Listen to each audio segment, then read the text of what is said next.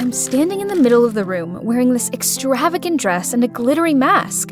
All eyes are on me, but I can sense how ingenuine they are. This is supposed to be my sweet 16th, and yet all of these guests were complete strangers. Ugh, it's all that slimeball Gregory's fault. Actually, this OTT party was all down to him. Oh, hi, I'm Vivian, but my friends call me Viv. My mom, Jacqueline Mars, is one of the wealthiest people on Earth. So I grew up thinking massive mansions, gigantic pools, and a floor entirely for toys was the norm. Well, at least I did until I turned 10. That day I was playing in my life-size dollhouse when I heard talking coming from the other side of the fence. I peeked over it and saw a woman and a girl around my age who looked kinda weird. Curious, I spoke up. "Hey you, why do you dress so funny?" "Pardon? What did you say?" "You don't even have shoes on." "That's so silly." "You're the silly one. Bet you've never tasted this before, huh? So try it." "Spoiled rich kids like you always look down on others. While in fact, you're no use to society." I just stood there dumbfounded as the security shooed them away. I never meant to offend her. I was just curious. So I rushed inside the house to find Mom and ask her about this. "Oh, honey, not anyone can be as wealthy as we are. That means you don't have to worry about a thing, sweet pea. Now go play so Mommy can work, okay?" Even to this day, Mom's words still linger in my ears. I've grown to resent my family's wealth. I just wanted to be a normal kid. That's why, by the time I got to middle school, I convinced Mom to let me transfer from my private school to a public one and wipe out everything about me online, so no one would know about my influential family. I get the bus to school, buy clothes from thrift shops, and prepare my own lunch instead of bringing the gourmet dish the chefs make for me. A perfect normal life. Until Gregory, Mom's so-called boyfriend, showed up. He sticks his big nose in everything. Thanks to him, Mom wouldn't stop nagging at me about my clothing, my trashy public school, or how I gotta stop hanging out with the mediocre kids. Ugh, he is driving me insane. And to top it off, he gave Mom the idea of throwing me a 16th birthday party. I hate attention. Mom knows this. But what Gregory wants, Gregory gets. "This could be an opportunity to introduce her to society and gain new associates. It'd be good for her when she takes over business in the future, blah blah blah." Poof. Please. The only thing that man cares about is himself and his associates, not mine. In the end, I agreed to a masquerade ball, on one condition. Mom has to stop interfering with who I should or shouldn't hang out with, especially my friends at school. And that brings us to the present. Right when the host announces that it's time for my first dance? Huh? My what now? Ugh, Gregory! I was confusedly looking around to find a partner when suddenly a hand grabbed me. "Birthday girl, come dance with me." Ugh, what a creep. Let go! Can somebody help me with this? Suddenly a boy around my age appeared. Oh my. He has the most beautiful gray eyes I've ever seen. "Excuse me, sir. I believe the lady has agreed to have her first dance with me." Thank you, handsome stranger. As we danced, I couldn't help but stare dreamily into those gorgeous eyes of his. We were about to leave the dance floor when he whispered in my ear, "Wait here. I'll be right back." Who would have thought a superficial party like this would lead me to my perfect guy? Suddenly, I heard a snapping sound behind me, and as I turned around, my mask fell off. Oh no, a paparazzi cut my mask string. I tried to cover my face with my hands, but it was no use. Luckily, Mom rushed over and hid me behind her. "Sorry everyone, but the party's over. We had a great time and hope to see you all again soon." Then she led me back to my room, while the security showed everyone the way out. From that moment on, my ordinary life ended for good. My face was plastered all over the internet as the billionaire Jacqueline Mars' daughter. Now everyone at school is looking at me funny. I don't get it, guys. I'm still the same old Viv. Oh, there my besties are. They would surely have my back, right? But nope. As I approached them, they went ballistic on me, saying how I don't trust them enough to confess about my actual background, so from now on we're no longer friends. This is so unfair. I never asked for any of this. I wipe away my tears, trying to act like nothing happened.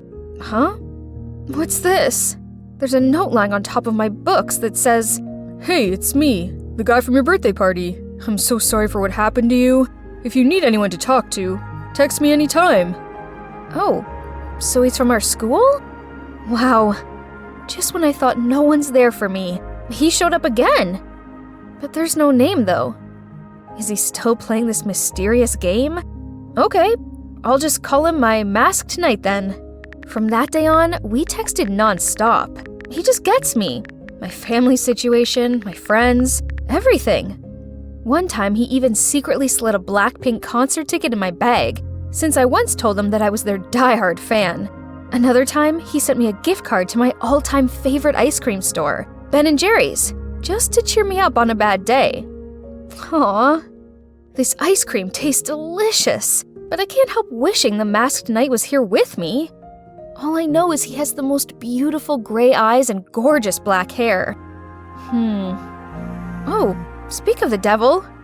"Hey, I have a surprise for you this Valentine's Day. Hope you're as excited to see me as I am to see you." Finally, I get to meet the boy I'm crazy about. I can't wait. On Valentine's Day, I was in English staring out of the window and thinking about my masked knight. I wonder what he looks like. "Ladies, I brought your Valentine's roses. Here you go, Viv." This is it. It's gotta be from him. Happy Valentine's Day. Have a taste of the rose, then come meet me at the pool. X. I quickly unwrapped the candy, popped it into my mouth, then rushed to meet my dream man. Well, where was he? As I tried calling him, the room started to spin. I saw the outline of a blurred black figure, then... Ugh. My head is killing me. Where am I? And whose hand am I holding? Hold on. Those eyes. He must be. Thank goodness you're awake. Are you the one? Who danced with you at your birthday party? In the flesh. I'm Jeremiah, by the way. I had higher hopes for our first face-to-face meeting, but oh well. Turns out, he always knew I went to the same school as him, but he was a bit intimidated by my family's influence, so he decided to get to know me via text first. He said the cops had found some sort of sleep-inducing substance in my rose candy. Before I could quiz him anymore on this, Mom barged into the room and hugged me. After making sure I was okay, she turned to Jeremiah and said, "You saved my daughter. For that, I can never thank you enough. Please join us for dinner tomorrow night." Jeremiah seemed hesitant at first, but then he nodded in agreement. The dinner did not go as planned. Between Mom's blatant interrogating and Gregory's menacing looks, I could sense Jeremiah's discomfort. Then when Jeremiah asked where the restroom was, Gregory insisted on showing him. When Jeremiah returned, he seemed flustered and made his excuses to leave. Grr. What had that annoying Gregory said to him? I quickly followed Jeremiah and apologized, but he just smiled and offered to pick me up for school tomorrow. "The cops haven't found the culprit yet, so from now on, I'll be your guardian." How sweet. After that, I hung out with him every day. Great, right? Only, somehow it didn't feel the same as when we were texting. Back then, we had a deep connection. Now it was just like two friends hanging out. Oh, and not to mention Olivia, Jer's childhood friend who can't seem to leave him alone for more than 2 seconds. One time, Jer and I were at the movies together, but guess who coincidentally appeared and plonked herself down next to him? Yep, Olivia. Worse still, with their giggling and popcorn sharing, I felt like the third wheel. I was not having this again, so I just left for home in this random cab parked outside the theater. But bad luck. The driver doesn't know the way. He doesn't even have a phone, and I had to lend him mine for GPS. The guy snatched it out of my hand immediately. Rude! But wait, it was 9 p.m. already. Why did he still have shades on? And even wore a mask? Right then, I realized the car had passed the town's border. Stop! The car suddenly filled with smoke, and the last thing I thought was, he has eyes that were exactly like Jer's. I woke up finding myself in this old, cobwebby room. Where is this place? And that driver guy? I have to get out of here now. Ah! Right at that moment, he came into the room with a smile. Don't you recognize me? Will you have another dance with me? 'Cause I'd love that. What is happening right now? What he just said? Did that mean he's the actual masked knight? Maybe that's why I don't feel connected to Jeremiah. Why did Jer lie to me then? So many questions popped up in my head. Then suddenly I heard a car stop outside. That guy immediately went to check. This could be my chance of escaping. By the time I got downstairs, I saw the driver guy talking to Jeremiah. So I hid behind the door and watched on. Cameron, just stop this. Getting revenge on our father is one thing, but this is a step too far. Take Viv back to her family now and end this. I know this looks bad, but trust me, I'd never hurt Viv. I didn't mean for her to fall into the pool. That's why I jumped in to save her. But I need her as bait to show the world what that jerk Gregory is like. He doesn't deserve to be our father. I muzzled myself in shock. Gregory is their father? And that Cameron guy was the one saving me, not Jer? Don't you forget who abandoned us when Mom had a close brush with death, then took all our business and properties, even our home, leaving us helpless? That jerk deserves all he gets. I was trying to process it all when another car arrived, Gregory's. I quickly hid under the stairs before he walked in with a bunch of bodyguards. Cameron, Jeremiah, my sons, haven't you grown up so fast? Cut to the chase, give us back the business and what's rightfully ours. Then we'll let your stepdaughter go. Huh, indeed, like father like sons. Very smart, but still amateurs, my boys. You see, all that girl is to me is an obstacle blocking my way to the inheritance. So please, be my guest and take care of that little Miss Annoying. Aren't you afraid we'll expose everything you just said? And who's gonna believe you now? Jacqueline is mesmerized by me, so she'd believe anything I say. That snake. How dare he speak of my mom like that? Unable to hold in my rage, I jumped out of my hiding spot and screamed at Gregory. What did you say about my mom? You slimy, lying traitor! Nice talking to you all, but the fun has to end here. Goodbye. The guards lunged forward, about to tie me up when the cops smashed the door coming in, and behind them was Mom! Stop right there! How dare you do this to my daughter? Gregory's face turned paler than a ghost as he mumbled out, Jackie, honey, why you're here? But just in time to save our baby, Vivian. Cut the act. I already heard everything you said, and you're going to jail for a long time. Then the cops led him and took his crook guards away. Seeing Mum, I was so happy I rushed to hug her. Turns out, her investigations of the pool incident led her to Cameron, so when she confronted him, he eventually told her everything. That's how they came up with a plan to catch Gregory red-handed. Mum and the cops had been waiting in ambush around here for Gregory to show up. Then, well, you know the rest. A lot has happened in 3 months. Mum finally finished all the legal stuff, so now the property Gregory had merged with hers to gain her trust is now signed back over to Cam and Jeremiah. I realized that being wealthy isn't a bad thing, especially as it means with influence like this, I can help other less fortunate people and really make a difference. Now I help Mum with her business and her charity work, and I'm really enjoying it. I'm proud of my hard-working, amazing mum, and I'm proud of who I am. And guess what? I now have real friends who like me for me. As for Jeremiah, well, he apologized about everything. He used to fear his brother was gonna hurt me, so he lied to protect me. We made up, of course, and became the best of friends. I'm not sure I can say the same about his brother, though. He did everything he could to beg for my forgiveness, but I just can't. Then one day, Jer asked me to come by his home to visit his mom. She begged me not to think badly of her boys, especially Cameron. He's in love with you, you know? He always talks about you, and how he wishes things would have been different. Oh boy, her words are starting to have an effect on me. When I walked out the door, I saw Cameron sitting on the porch. He turned and looked at me, and I felt my heart pound for my gray-eyed, masked knight.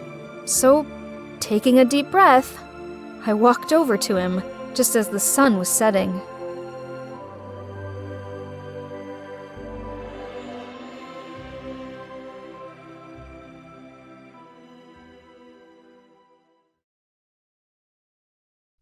I was grabbing a book out of my locker when some guy's shout startled me. Hey everyone, the results are over here! Oh, it's just the results of the Mind Buzz, our annual high school general knowledge competition. People, what's the rush? Don't we all know what it'll be like already? See, nothing's changed. That's my name, there, the first place of Willowmere High, as always. And of course, what came along with it were endless praises from everyone. Way to go, Millie, you're our school superhero! Oh my gosh, you're amazing, I'm so jealous of you! Yep. Hi, I'm Millie, the girl who always aces every school contest and is therefore adored by the other students, all the teachers, and the principal. Later that day, as soon as I stepped out of art class, Alice, my excitable best friend, jumped out of nowhere and squealed out, "I just found this really cool place. We have to go there right now." No chance. I have the final round of the blast from the past contest tomorrow. I mean, history is my forte, so I'm sure to win, but I still want to cram in some last-minute studying. Come on! We all know you'll win anyway. You even said that yourself. So let's just hang out for a little, please? Fine, but only 'cause I'm an amazing friend. Okay. I have to admit, this place was actually kind of cool. It's an adorable cafe hidden at the end of a street corner. But wait a minute. What's up with that sticker on the window? Isn't that the Leafmore High School symbol? No way we're setting foot in that taboo place! I tried tugging on Alice's arm and gesturing for us to leave, but she stood her ground and replied, "Come on, Millie, we have to try their croissants. All the food bloggers are talking about it." But this is Leafmore's territory. Look! So? It's not like anyone will recognize us. Before I could comprehend what was happening, she dragged me inside. Oh well, it seems like we've gone too far to draw back, so I may as well sample what this place has to offer. Why was our order taking so long? And what was with Alice? Ugh, how many selfies did one girl need to take? I was clenching my fists to stop myself from anxiously fidgeting when two boys walked towards our table. Hey cutie, I've not seen you in here before. What grade are you in? Oh no, how should I answer this question? I quickly turned away, pretending to rummage through my bag to avoid his gaze, but they still didn't leave me alone, as the other guy said, "Wait, this girl doesn't seem to be from our school. Are you?" Oh snap! Did he recognize me? My skin turned clammy with nerves and I thought I was gonna throw up. Then suddenly a voice rang out. Sorry I'm late. Have you been waiting long? Then he plonked himself down next to us. Seeing that, the two guys left. Phew! But who is this guy? Do we know him? Oh my god! Evan, it's you! Is that the new Calvin Klein cologne? It smells amazing on you. Huh? Evan? As in, Evan Summers? The top student in Leafmore, aka my biggest competition in tomorrow's contest? To Alice's excitement and my puzzled look, Evan just lightly smiled, then got up to leave. He's indeed a cold angel. What?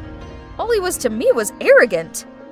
You're probably wondering what the deal between Willowmere and Leafmore is, right? They're the two biggest high schools in this town, but like the same poles of magnets, they repel each other.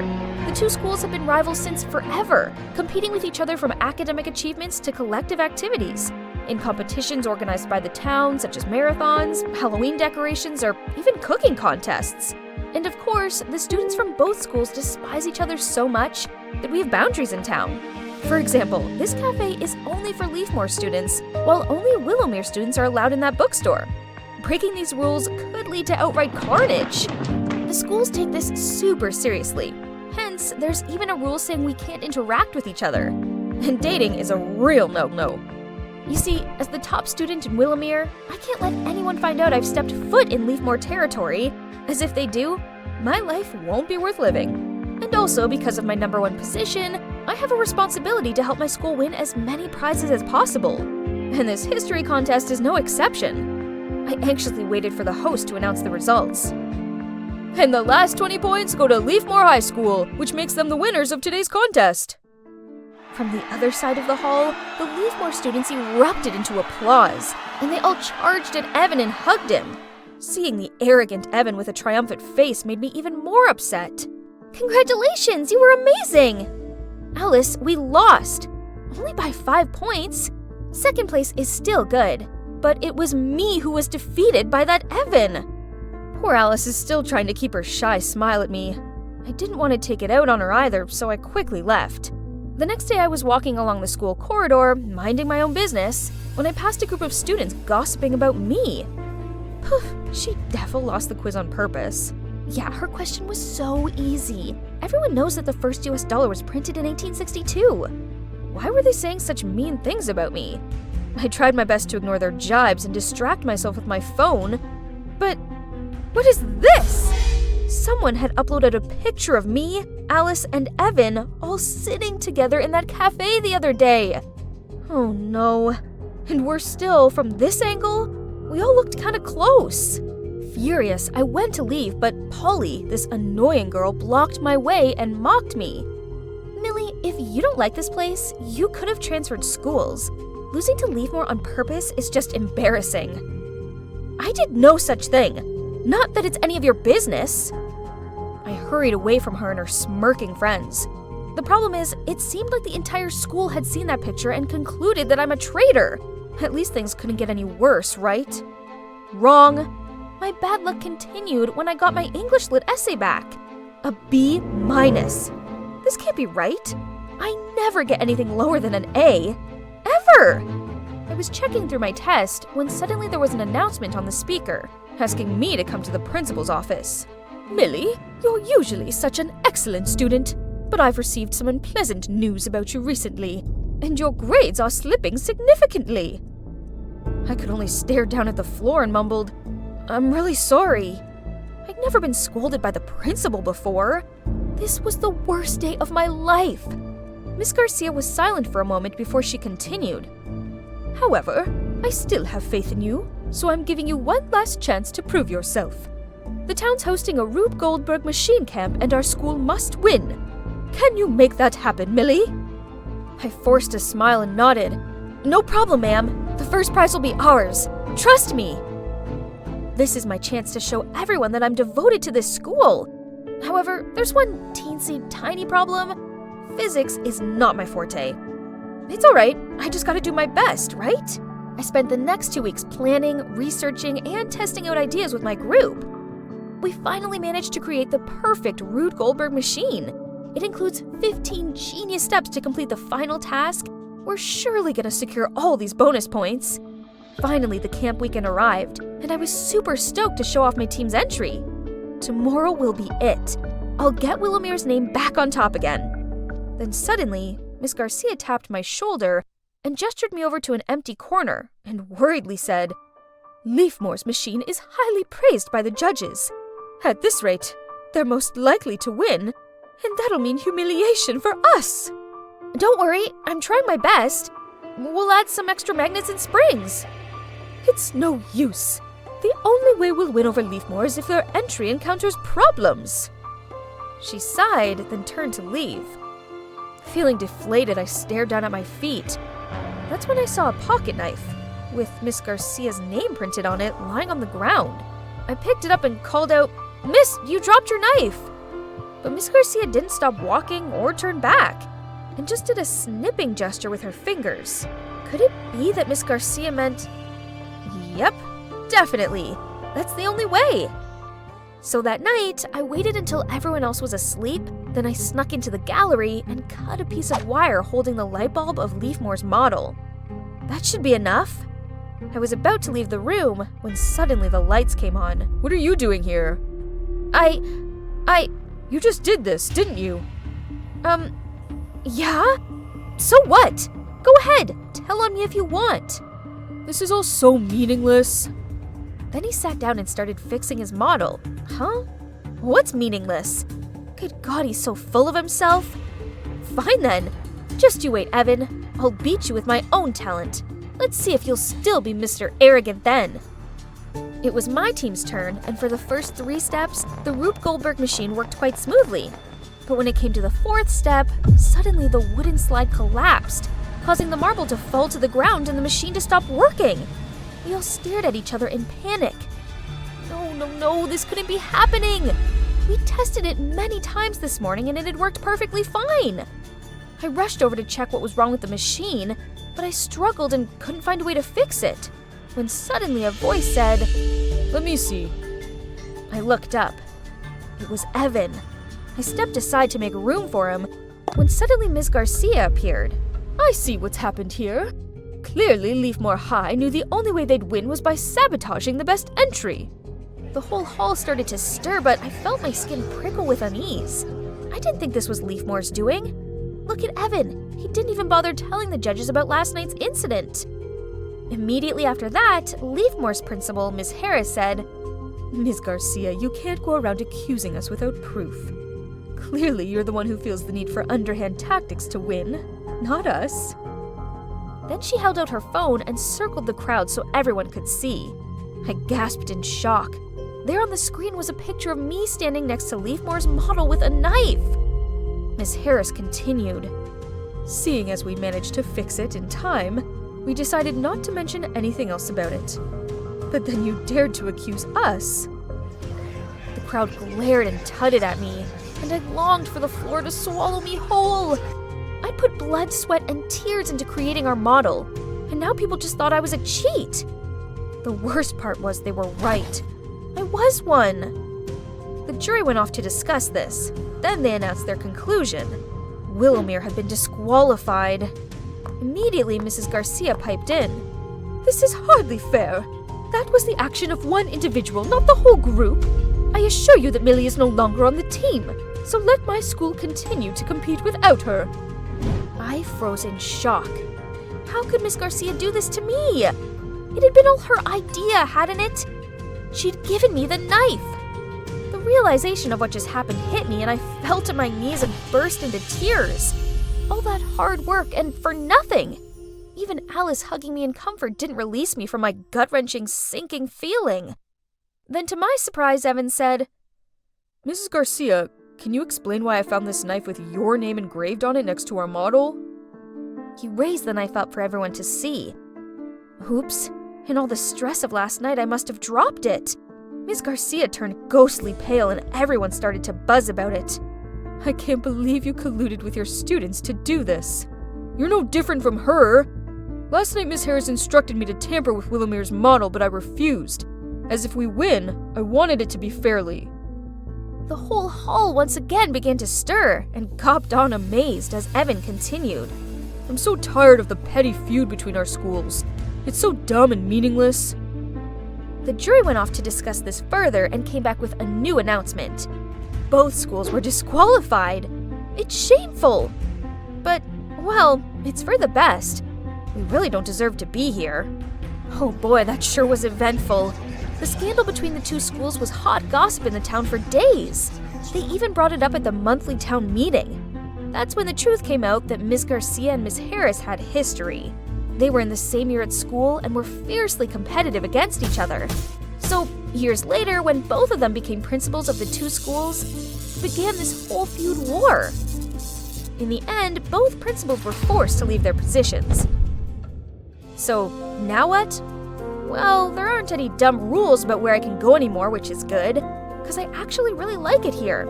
I've learned my lesson, and I'm never going to let anyone pressure me into cheating ever again. Peace has returned to school life, and it feels good. Oh, and as for Evan, I'm actually studying with him right now for our next Blast from the Past quiz.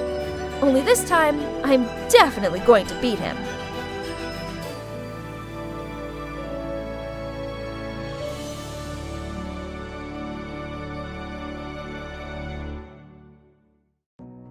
I arrived to find that he'd turned his bedroom into a mini theater, complete with scented candles and glistening fairy lights. He handed me a bowl of popcorn, and as we nibbled our way to the bottom, a carefully written letter came into sight that said, I've been in love with you ever since we were little kids. I've held back my feelings as I didn't want to ruin our friendship, but I can't deny them any longer. So, will you be my girlfriend? How can he be so gorgeous and sweet and... Hey, dummy. You writing that cheesy stuff again? Just drop it already. Let's go prank Mr. Weasley. Okay, I'm coming. If only what I wrote came to life. That's my best friend since childhood, Adrian. And as you can see, I have the biggest crush on him. But he only sees me as a bro. How ironic. I'm pretty sure if I confessed my feelings to him, he'd weird it out saying it's gross and stuff. So I just wrote my dream reality down in my novel and posted it on Wattpad. I even used a pen name. I couldn't risk Adrian finding out because, help, awkward alert? Anyway, it's easier this way, as I didn't want my parents to find out either. Yep, they weren't exactly supportive of my writing career. They wanted me to become a lawyer and take over the family firm just like my dad, and his dad, and blah blah blah. They made me study hard so I'd get into this prestigious law school, but it was just so dull and my heart just wasn't into it. One day, as I was sipping a macchiato at my favorite coffee shop, a group of girls walked in chattering excitedly about a book by the new author, Agatha C. Huh? Did I hear them right? Curious, I approached them and politely asked to see the book and... oh my god, it was my pen name right on the cover! I scanned through the first few pages and saw my words. Did this mean my book was published? Ouch! So all this was real! So, someone must have given my book to the publisher. Then it's gotta be Mrs. Jensen. Yes! She is the most respected writer and has loads of connections in the publishing industry. And lucky me, she was my mentor. Hi, Mrs. Jensen. I'm just calling to say I'm so grateful for what you've done for me. Cecilia, calm down. What are you talking about? The book, of course. Mrs. Jensen, my book got published thanks to you. Right? You're talking nonsense, young lady. I've barely started reading your book. So how could it have been published without my notice? What? So, Mrs. Jensen didn't send it? Then, who did? What do you mean you can't disclose their identity? It's my book! Miss, all I can say is that the person who brought it here claims to be the author of the book and chose not to reveal themselves by publishing it under a pen name. We, as the publisher, are legally bound by that, so I can't help you any further. What on earth was he talking about? Some random person stole my book and my pen name? I needed to prove they were both mine. Aha! My Wattpad page! I tried to log into my account to show the director, but access denied? Oh, no. Someone must have messed with it. I was gonna use it to apply for a writing scholarship at college, and now it was all gone! As if that wasn't bad enough. I suddenly received an email from the writing competition I'd applied for, saying they denied my entry due to plagiarism of a Wattpad page. My Wattpad page! Ugh! Sup, bro? What's with the King Kong face? Oh, come on. You'll be less of an ugly duckling if you smile more. See? My gosh, could he just stop being like that for once? He made it very clear we had zero chance of being together. I got it, but he didn't have to rub it in my face like that.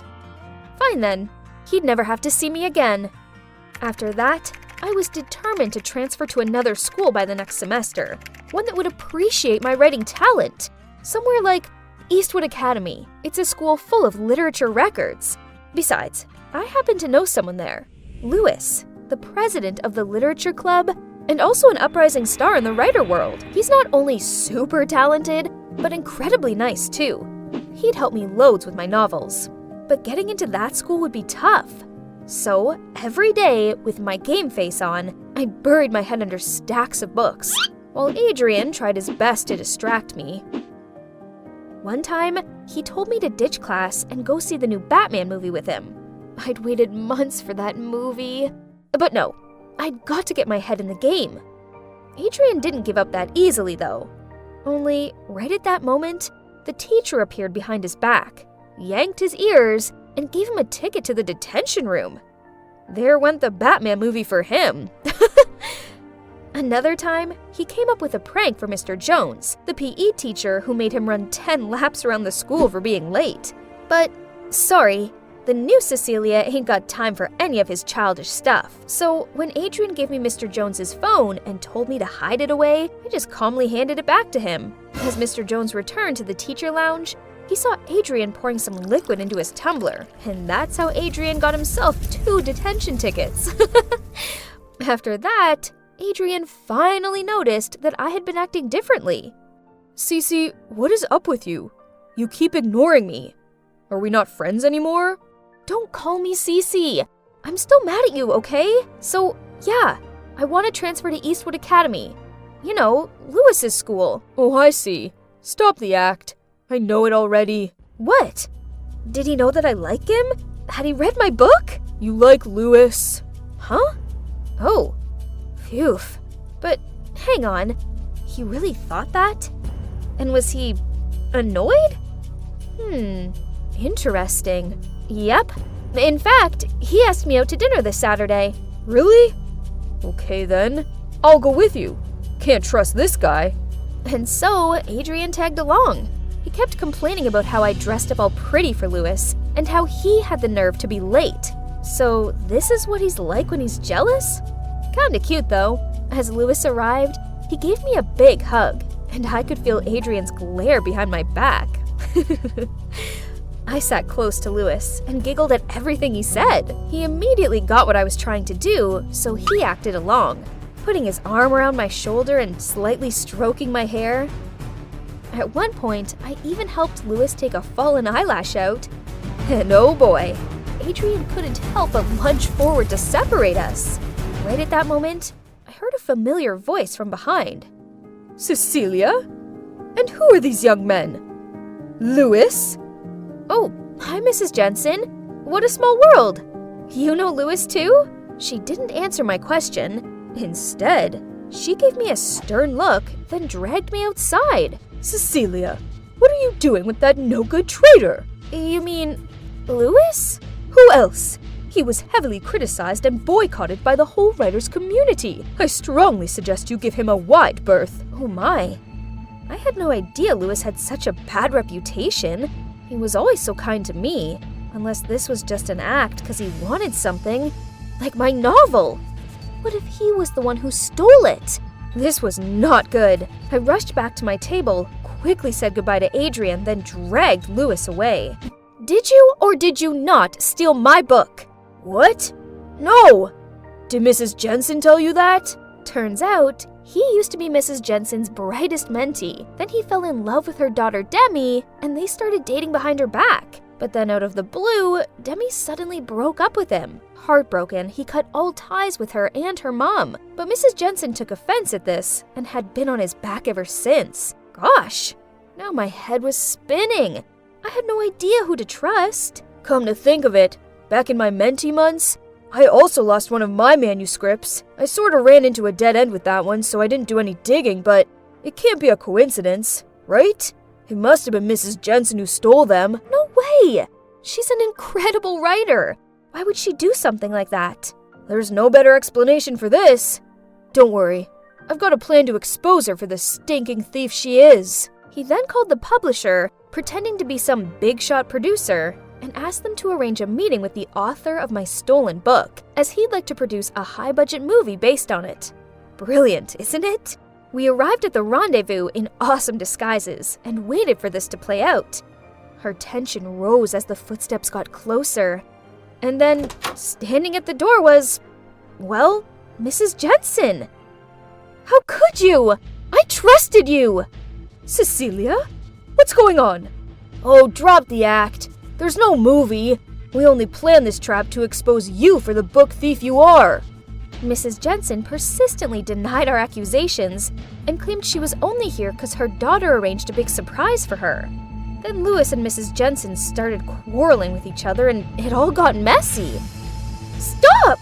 Both of you, please just stop! Demi, please explain yourself. It was me, okay? I stole your book, Cecilia. I saw it on Mom's desk. I'm so sorry. I don't understand. You don't need to steal someone else's hard work. You already are an excellent writer. No, Mom, I'm not. I've tried so hard to meet your expectations, but I just can't. I didn't want to disappoint you, so I stole your mentee's work, including yours, Lewis. I was so ashamed of myself I couldn't face you after that. I'm so sorry.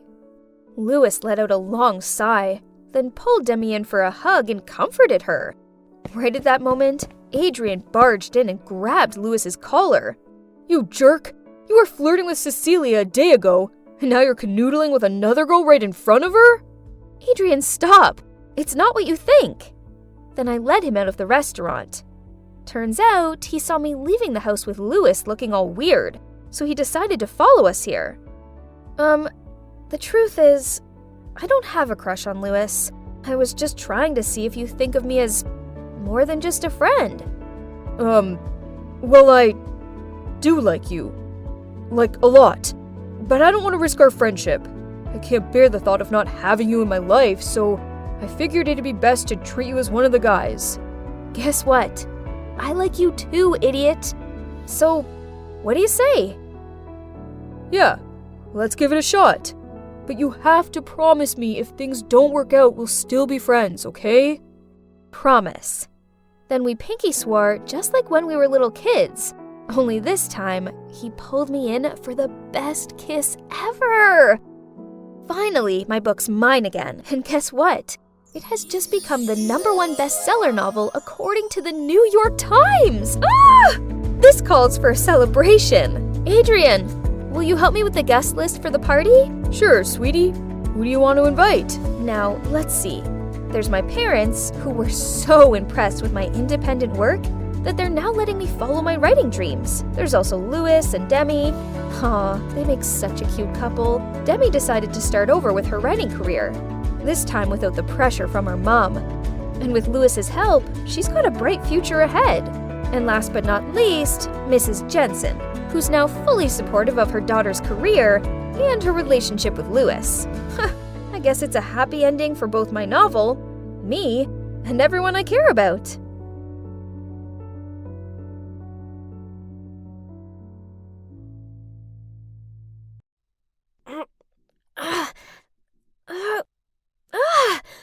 Why did this fence have to be so high?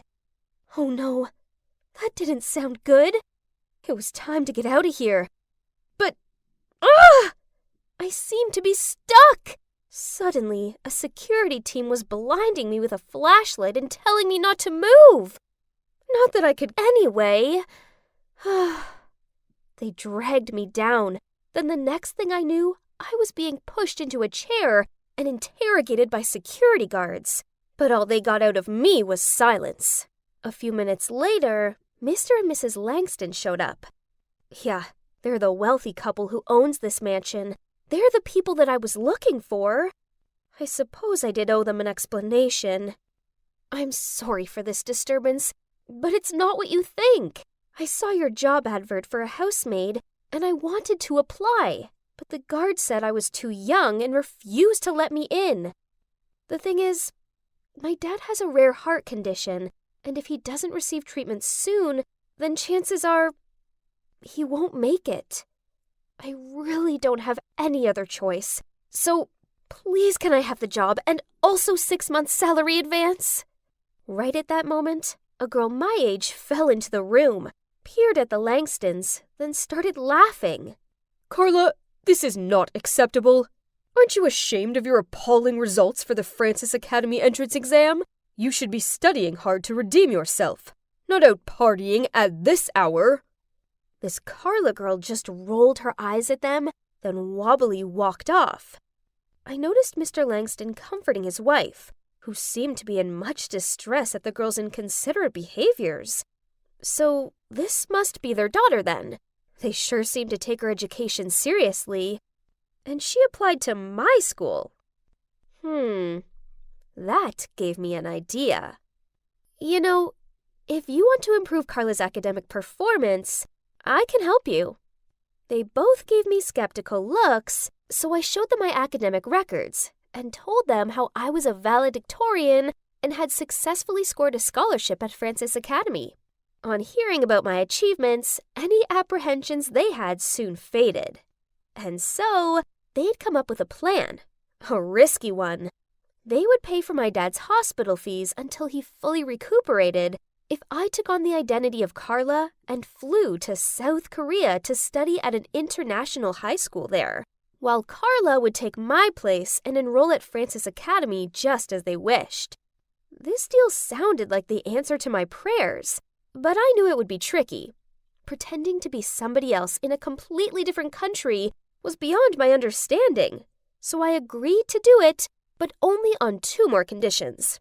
First, a guardian must be present, who would take care of all my paperwork and stuff. Second, after I completed the deal and returned, the Langstons had to help me get into my dream school, the prestigious GBA University, obviously. They gave it a thought, then shook my hand in agreement. It looked like we had a deal! The next thing I knew, I was in an elite neighborhood in Seoul, Korea. Whoa! Talk about luxury! So this was what it felt like to be born with a silver spoon in your mouth. Mr. Preston dropped me off at school and repeatedly told me not to draw attention to myself. Blah, blah, blah. Oh, by the way, Mr. Preston is the Langstons' lawyer, and according to the contract, he's also my guardian. He seems oh so serious, but I guess he's okay. Whoa, this school looked so modern. The architecture was a work of art all in itself. I wandered around the endless corridors and tried to find my class. Everyone seemed quite friendly, and the class president, Minjun, even gave me a guided tour. All the students' outstanding paintings, photos, and models were displayed all across the campus. Countless classrooms of different subjects, from science to art, just made me gasp in awe. I was admiring the artwork when suddenly Minjun blurted out, Sorry, I've got to go. Miss Lee is looking for me. It'll only take a few minutes, so wait here for me, okay? Then he rushed off. So I lingered around the hall. That's when I spotted a group of girls nearby. I recognized the one from my last class. I'm sure her name was Isabella. I was about to walk over to greet them when I realized they had this one girl cornered and were making fun of her hairband. Ugh! Where did you get that horrid thing from? I suppose it must have come from some thrift shop or something. I heard that's where poor people shop. Ugh, this whole thing disgusted me. They outcasted someone just 'cause she didn't come from ridiculously rich households like them. I knew that poor girl's feeling all too well. I gotta help her. But I didn't want to get anyone's back up and draw attention to myself. What could I do? Ah, got it! Hey, the teacher's coming. I'll stall her for you guys. Run! My plan worked a treat, as Isabella and her friends nodded at me, then rushed off. I then went over to the girl asking if she was okay. Get away from me! She flinched me off her and then ran off. Huh? I was only trying to help. As I turned around, I saw Minjun looking at me. A bit impressed, I think. He told me that the students here were divided into 2 groups. 90% are rich, and the remaining 10% are poor kids entering under scholarships. Most of the students are quite friendly to each other. Well, except those I just witnessed. Isabella's part of the rich kid group who think their upbringings make them superior to others. She's often mean to the 10% group as she believes they don't deserve to be here. And as you can guess, that girl they upset, she's called Susie. She's in the 10% group, and she's the smartest student in our year. What nonsense! School is school. We're here to study and should all be treated equally. Too right, new girl. I knew there was something different about you. The next day, when class was over, Isabella tapped on my shoulder and thanked me for the warning. Then she asked me to join her group for lunch. I was about to politely refuse when Minjun appeared and asked me to join him. Phew. Thanks to Minjun, I had an excuse to quickly flee the scene. However, I did look back and see that Isabella was giving this offended look. After that, Minjun and I started hanging out more. We soon became close friends, and we both decided that the dynamics around here needed to change. So, we set out to help the 10% Club. One lunchtime, Isabella and her clan purposely bumped into this boy, causing him to spill food all over himself. While they laughed and pointed at him, I rushed over there, took the food, and slammed it onto Minjin's face. Minjin immediately understood my intention. Then he also took a handful of noodles and smeared it all over Isabella. Cue the canteen erupting into one big, messy food fight. Another time, the school was preparing for a cultural fair. One boy from the 10% group had this awesome idea to open a food stall serving traditional dishes from different countries. Everyone agreed, apart from, yep, you guessed it, Isabella and her snooty besties.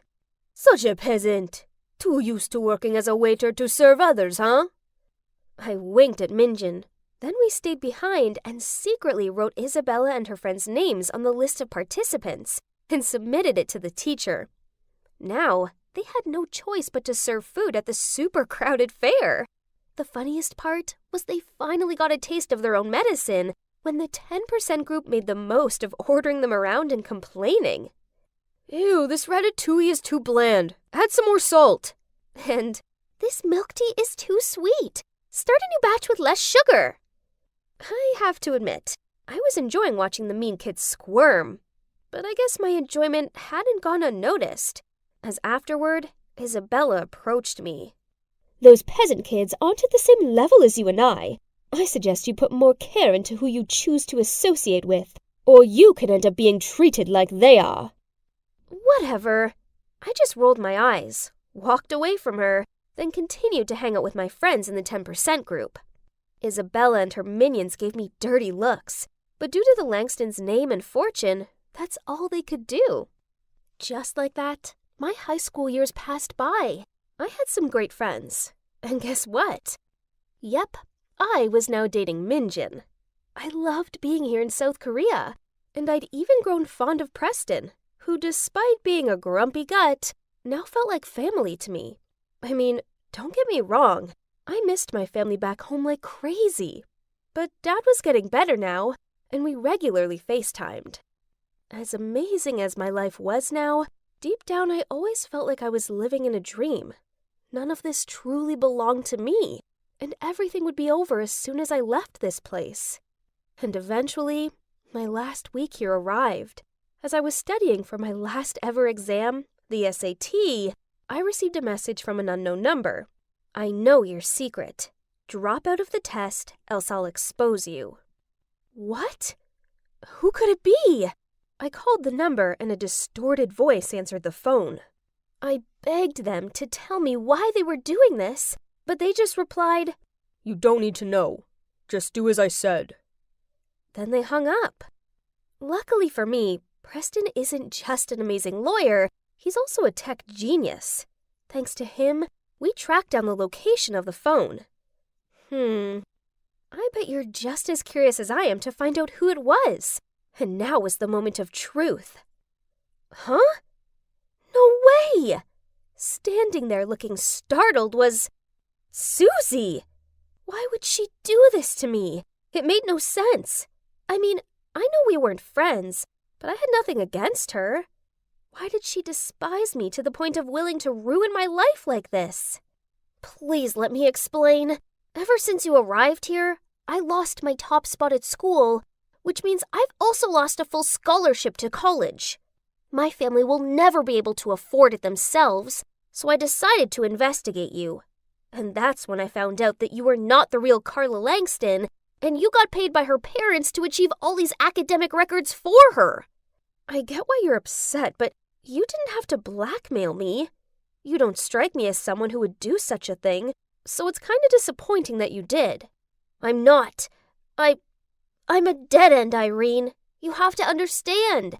This is my entire future I'm losing here. And what for? So some rich, spoiled girl can get into college without doing any of the work?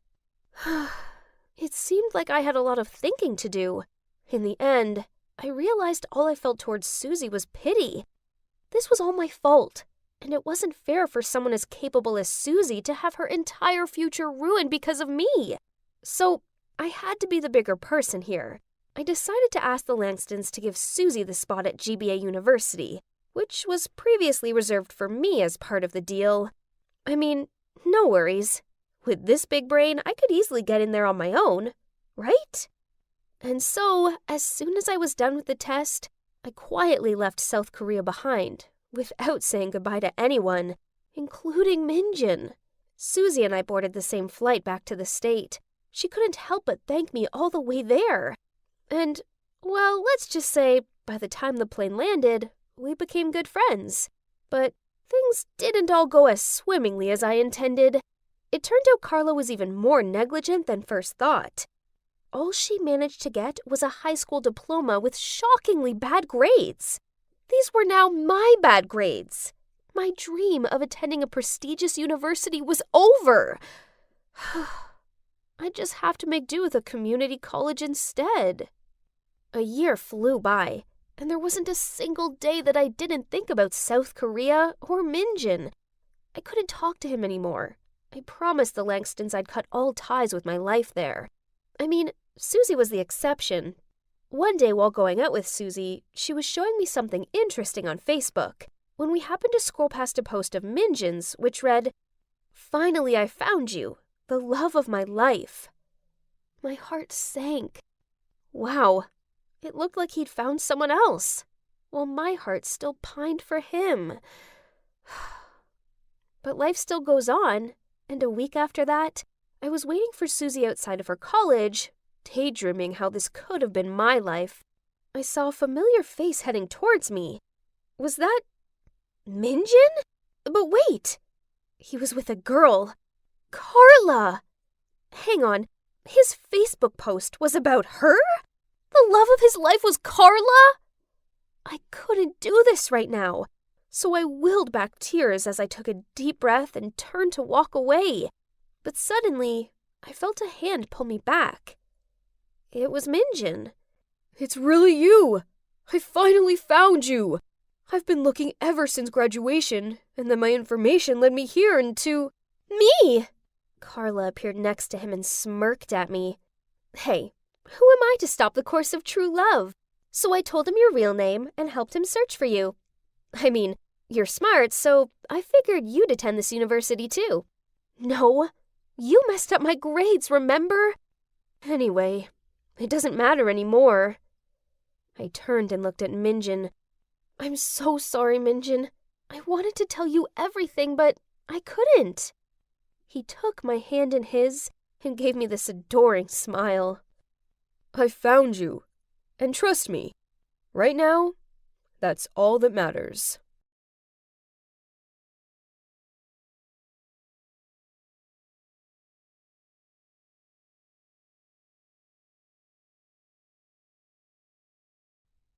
You see that sad girl sitting there in a flood of tears? Yeah, I know, she's pretty hard to miss. Well, that was me a few months ago. My boyfriend had literally just broken up with me, and I had to pack my stuff out of his place ASAP with a resentful heart. But thinking back, if he hadn't broken my heart, I wouldn't have fallen into this super awkward and ridiculous situation. Oh, I forgot. I'm Ava. I'm 22, and I suck at love. So, anyway, after crying like a newborn, I realized I needed a trip away to free my mind, just like Julia Roberts' character did in the movie Eat, Pray, Love. But I could only afford to do the low-budget version.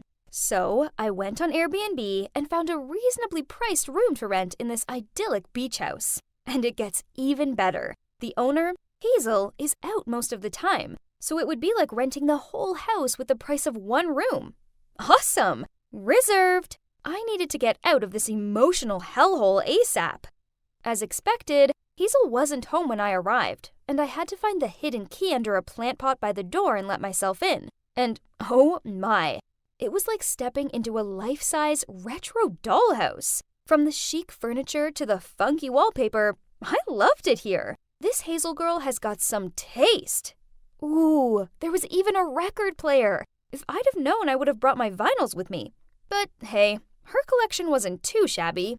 I have to admit that the idea of having a cool friend like this Hazel girl sounded pretty awesome. I was determined to actually meet her, Because, yeah, it's been 5 wonderful days staying here, and I still haven't run into her. So, one night, I settled down in the living room and watched a movie while waiting for her to come home. She eventually showed up at 2 a.m. Ugh, this girl wasn't kidding about coming home late. I greeted her and said, "Hey, I saw you have an Exacta 35mm film camera. That's so cool. Also, would you mind if I take a look at your vinyls?" She looked a bit confused and replied, "I have a what?" "Oh, you mean those rusty old things? They're my brother's. I doubt he'd mind. He always talks to me non-stop about them. So I think he'd be happy there's someone in this house who speaks the same language as him." Ha! Oh, they're her brothers? How very interesting. This got me thinking. Is he handsome? And what about his personality? Is he an arty type with a kind soul? Daydreaming about this mystery guy became a regular occurrence for me. Oh gosh, was I crushing on a guy I'd never even met? How desperate was I? One day I came home from grocery shopping. I was totally exhausted, so I threw the groceries in the kitchen and jumped straight onto the pile of blankets on my bed. Only it wasn't just the simple blankets. What? Someone was under them! We banged heads! Ouch! I removed the blankets to catch this pervert out. Huh? I know this guy. It was my ex! What in God's name was he doing here? Oh, for the record, this wasn't my current ex. This was Nolan. We used to date back in high school, but I'd not spoken to him in a long time. So it turns out he's Hazel's mystery brother. Ew. This whole time I'd been accidentally crushing on my jerky ex-boyfriend. This made sense now, as we always did have lots in common, but ugh. Thank you, universe, for ruining my vacation. With a dagger stare, I asked him why he had the audacity to be napping in my bed. He snorted, then said, "Your bed? This is my house, in my room. The question is, what are you doing here?" Reluctantly, I explained everything to him, and it turns out he was meant to be away on a 2-month business trip, so Hazel put his room on Airbnb without asking him. The problem being, he came back early. He just shrugged and said, "But I'm home now, so can you please take your stuff and get out of here? I'll get Hazel to refund you or whatever." This made me mad. I'd paid for the room. I had rights, so I was staying put. So I told him, "I'm not going anywhere. You'll just have to sleep on the couch." He didn't seem happy about it. In fact, he grumbled to himself as he left the room. But at least he left. I thought this would be it, but oh, how wrong I was. And that's when the war for the bedroom began. The next morning, I awoke to hear these weird squawking noises. Then I felt something flap in my face. Sleepily, I tried to whack it away and opened my eyes. Staring back at me was this massive gull. Ugh! Nolan! There were about a dozen of them hanging out in my room, all pecking and flapping around my stuff. It took me over an hour to shoo them out of the window. Afterward, I was so mad that I locked myself in the bathroom. After 30 minutes, Nolan thudded on the door. He urgently needed to use it. I opened the door with a smirk on my face and brushed past him. I soon heard his disgruntled shouts. Yep, I'd wrapped the toilet paper with duct tape. Ha! I wasn't done with him yet, so that evening I hid some cookie crumbs on the couch, and he woke up the next day covered in ant bites. He was like a real-life ... Yes, it's 2-1, loser. This went on for a couple of days. Nolan switched the toaster settings, so my breakfast was ruined. Yuck. So I sneakily downloaded a fake cracked screen app on his phone and placed it on the floor. When he picked up his phone, he totally freaked out and started blaming his dog. It was so funny. All this pranking was exhausting, so I was kind of relieved when Nolan went out one night, and I could just chill on the couch and watch a movie. Suddenly, the power went out. Great. The switch must have tripped or something. I put on the torch on my phone and was about to go and check it out when my phone rang. All I could hear was someone deep breathing into it. What the hell? I hung up and my body started to shake. All of a sudden, the door burst open and Ghostface was standing there. Terrified, I held my head and screamed like a banshee. But then I heard somebody call my name. Ava! Ava! It's me, Nolan. It's okay. I was so relieved to see him that I jumped into his arms and cried into his sweater. Please don't cry. I've got you, he said in a soft voice while he held me. I felt so secure and safe. What was that he was holding in his hand? It was a ghost face mask. It was him! He knew I hated horror movies. What a jerk! I pushed him away and shouted, "What the hell? Are you crazy?" He just smiled and replied, "It was worth it, 'cause the hug was so sweet." Man, I hate this jerk. After that, I avoided him. Okay, I did catch myself looking over at him and getting this weird, warm feeling. One time, he was playing with his dog on the beach, and I watched on from the porch. Did I have a crush on my ex? My God, I hope not, 'cause that would be pathetic. But I had to admit that, although his pranks were really annoying, they'd also been kind of fun. It made me reminisce on the old days when we were together, and we were so happy back then. But nothing lasts forever. Hazel appeared with 2 cups of coffee, and we started chatting. I told her how annoying her brother was. She laughed, then replied, "I know, sorry. I didn't know you guys used to date. I wouldn't have rented the room to you if I had. I get that it must be awkward for you, especially as you were the one who broke up with him, right?" I did what?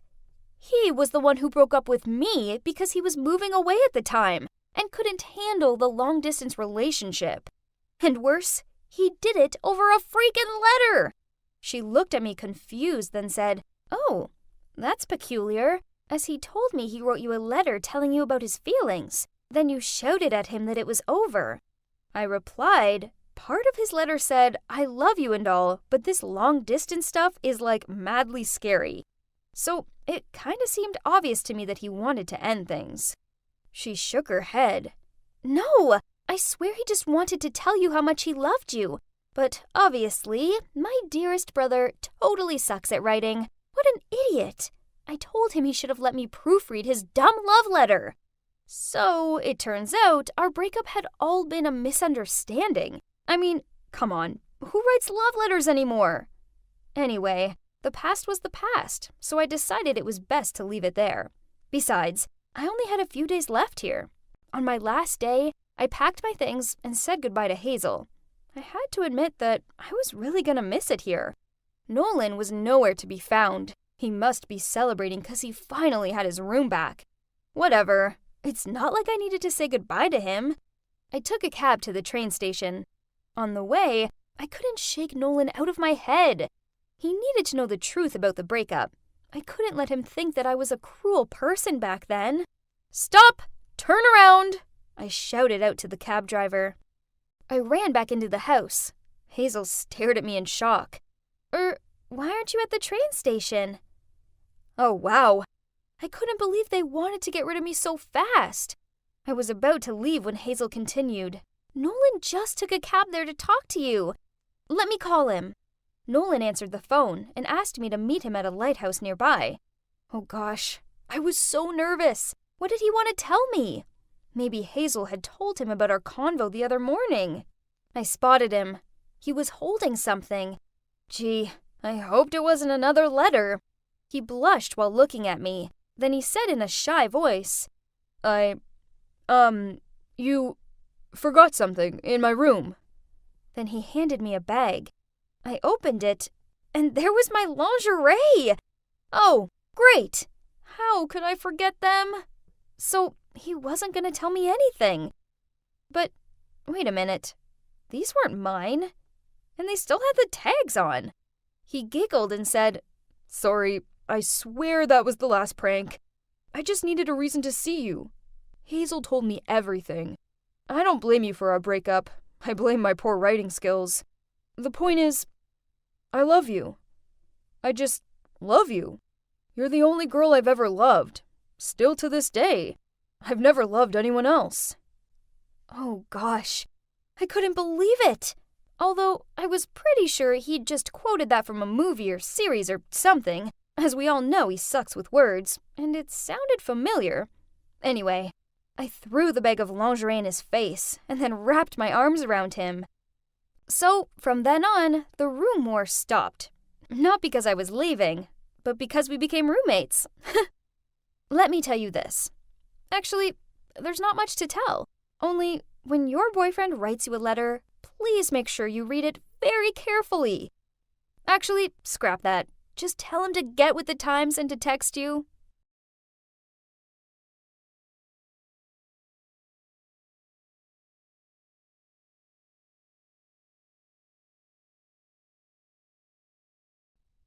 I walked into the cafeteria and gulped. The only free seat was next to Joanna, one of the weirdest girls in school. She was always sitting alone, and usually I'd avoid her because people said she didn't speak much and was totally shy. But somehow, I felt kinda sorry for her. I mean, how bad could it be? Well, famous last words. It was bad. I sat down with a smile, but she just glared at me and grunted, "Go on then. Throw me your worst insult." I was confused and said, "Oh, no, I just wanted to sit here and say hi. Are you okay?" Suddenly, Joanna started speaking at 1,000,000 miles per hour, telling me that of course she wasn't okay and that she had to see a therapist every day. Then she showed me all the pills she had to take and said she had crippling anxiety. I was shocked. Overwhelmed with TMI, I felt uncomfortable and thought of leaving, but then she grabbed my hand and said, "We're friends now, right? I've never had a friend in my life before. You're the first person I've really been able to open up to. Not even my parents know how hard it is for me." Whoa, I couldn't leave her now. I patted on her shoulder and told her I'd happily be her friend. I mean, it would just be spending some lunch together or grabbing a coffee at most. It'd be fine. However, Joanna's interpretation of a friend was slightly different from mine. 3 days later, I got back from the library quite late, so I went straight to my room as usual and started changing, only to find Joanna right behind me as I turned around. I almost woke up the whole building with a scream of fright. "Oh, hey, roomie," she said with a big grin. What? This was insane. Roomie? What do you mean? But she just laughed and said she'd felt very lonely in her dorm on her own, and seeing as I had a double room, she'd asked the dorm supervisor if she could move in with me. I guess it wasn't so bad. I mean, I got lonely too sometimes. So that night, we stayed up super late chatting. And to be honest, it was actually nice to have a roomie. We became quite close, and a few nights later, we were having a movie night. Joanna turned to me and said, "Carrie, there's something I need to tell you." Oh no, surely there wasn't any more disturbing things left. How did this girl cope? But then she started blushing and said, "I have a crush on someone. His name is Mitch." Oh gosh, I knew exactly who she was talking about. "Joanna, he's bad news. He's a total womanizer. You're way too good for him." At least, that's what I said, but what I meant was that he was only into popular girls. He'd never go for a girl like Joanna. Joanna didn't take it well. "You're jealous, aren't you? I bet you have a crush on him too." "Well, I confessed, so he's mine." Huh, you're welcome to him. I'd never fancy someone like Mitch. I'm not that kind of girl. Joanna then said she'd prove to me that she could win him over. I felt annoyed at her and just went back to watching the movie. For a second there, it felt like my life had way more drama than ever before, and I started regretting ever sitting at her table that day. Little did I know, it was just the beginning. A week later, I was hit in the face by a huge surprise. Joanna and Mitch started dating. I was lying there listening to music when I heard voices outside the door. I opened it, and there was Mitch walking off. He turned back to blow Joanna a kiss, And then you should have seen the smug expression on her face. "Told ya," she said, laughing. Wow, cocky. But okay, I was happy for her. She was a woman of her word. But I was worried she'd get hurt. I didn't have time to tell her this, though, because pretty soon she was with him 24/7. He even came over to our dorm, and I was sick of listening to them kissing. They were disgustingly lovey-dovey all the time, and it quickly became exhausting. On Valentine's Day, he sent 100 balloons to our dorm, and I couldn't even get through the door. Could he be any more over the top? It wasn't even that romantic. But Joanna was smitten. It was painful to watch. But not as painful as seeing Mitch walking along the street holding some other girl's hand. I froze. This couldn't be. I quickly texted Joanna asking her how things were going between her and Mitch. She replied immediately saying, "All good, why?" So I told her what I'd seen, but I got no reply. I rushed back to her dorm and asked her why she was ignoring me and if she was okay. But she just started shouting at me, saying I was trying to ruin her relationship because I was jealous. Clearly, she didn't believe me. I told her I was telling the truth, but she just got up and left, slamming the door behind her. Things got really awkward after that. She ignored me in the dorm, ignored me in class, and wouldn't reply to any of my texts. And she still brought Mitch back to our room and kissed him in front of me. Eventually, I couldn't take it anymore and asked her to move out. But I didn't expect what would happen next. Joanna lost it. She started shouting, "What's your problem? For the first time in my life, I'm happy and someone loves me. And there you are, trying to ruin this for me. And now you want to kick me out? It's not my fault you're single, Carrie. Maybe if you stopped being so jealous for a second, someone would like you back." I couldn't believe her. I wanted to scream. She was the worst. And the next morning, it got even worse. I was sitting with some friends before class started when suddenly Joanna walked in and burst into tears. People ran over to her and asked if she was okay, and that's when my blood ran cold. She started saying how I'd been bad-mouthing her boyfriend, and now I wanted to kick her out of our dorm. And then I heard my voice. I looked over, and she had her phone out and was playing a recording of our argument. Of course, she'd edited it to make me sound like the bad guy. Even my friends looked shocked, and Joanna told them all how I was a two-faced, good-for-nothing kind of girl and that I loved to gossip about everyone behind their backs. I tried to explain to everyone that Joanna was lying and that she was just angry, but everyone looked at me in shock. It was like they believed her. I was stunned. The next day, I noticed Joanna showing my friends some photos on her phone. They were screenshots of texts from me, but she'd edited them to create a total monster out of me. One time, Joanna had messaged me laughing about how my friend Valerie had the worst hairstyle ever, and I joked that she must have cut it by herself. And there was the message where Joanna talked about how Mitch said his ex, Anna, who was also our class president, must have been flirting with the economics teacher to get good grades. And I said, has Anna sunk that low? Not only having an affair with a married man, but basically committing academic fraud? I don't think she would do that, though. But of course, Joanna had cropped out the last sentence, and she didn't show her parts in the conversation either. By that way, I looked like the worst friend ever. I tried to tell them what Joanna was doing, but they were too hurt to believe me. But that's not all. You see, Joanna had sent these messages to the whole school. For the rest of the day, people were coming up to me and telling me I was nothing but a mean girl. And then at lunch, I went to sit in my usual spot with my friends, and suddenly they all jumped up and left me there alone. I could hear everyone whispering about me.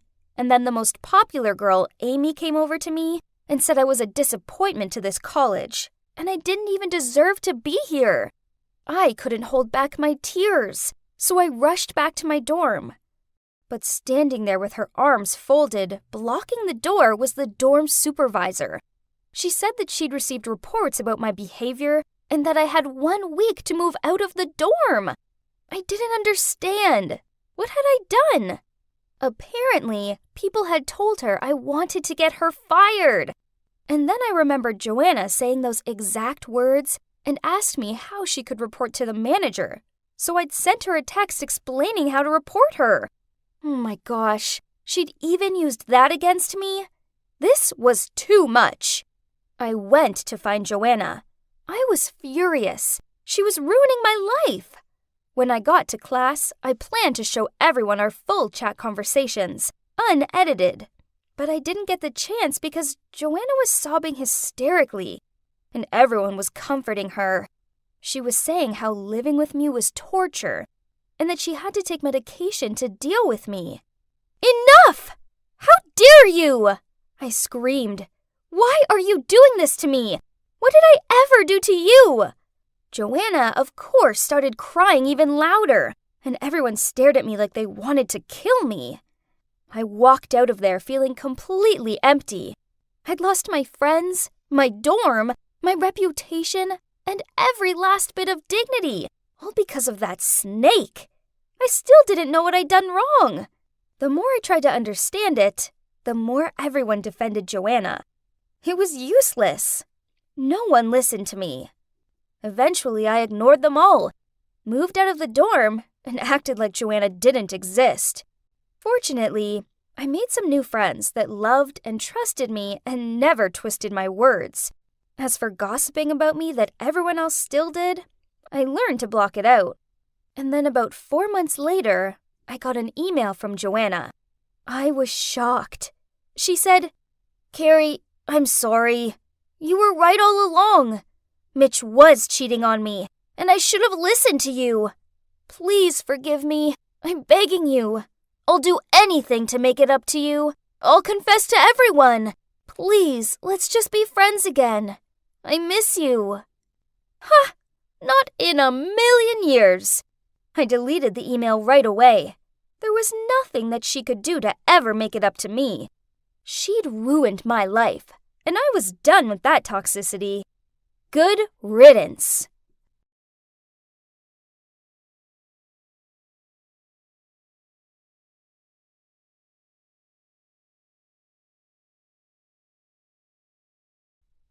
Oh, it's been more than a year, and this place is still exactly the same, I thought to myself. Suddenly, I noticed a man walking in front of me. He looked so familiar. Could it be him? Alex! I rushed after him and grabbed his arm. He's so gonna catch these hands. But as he turned around, oops, I realized it wasn't Alex, but a total stranger. Martin Henderson? I was so embarrassed that I couldn't even look him in the eyes. Sorry, I murmured as I ran towards the elevator. This must be fate. We meet again. I was standing outside the building when I heard a voice. I turned around and there he was, the guy I met this morning. "Hi, I'm Martin," he said, and reached out to shake my hand. Before I could react, I heard someone calling me.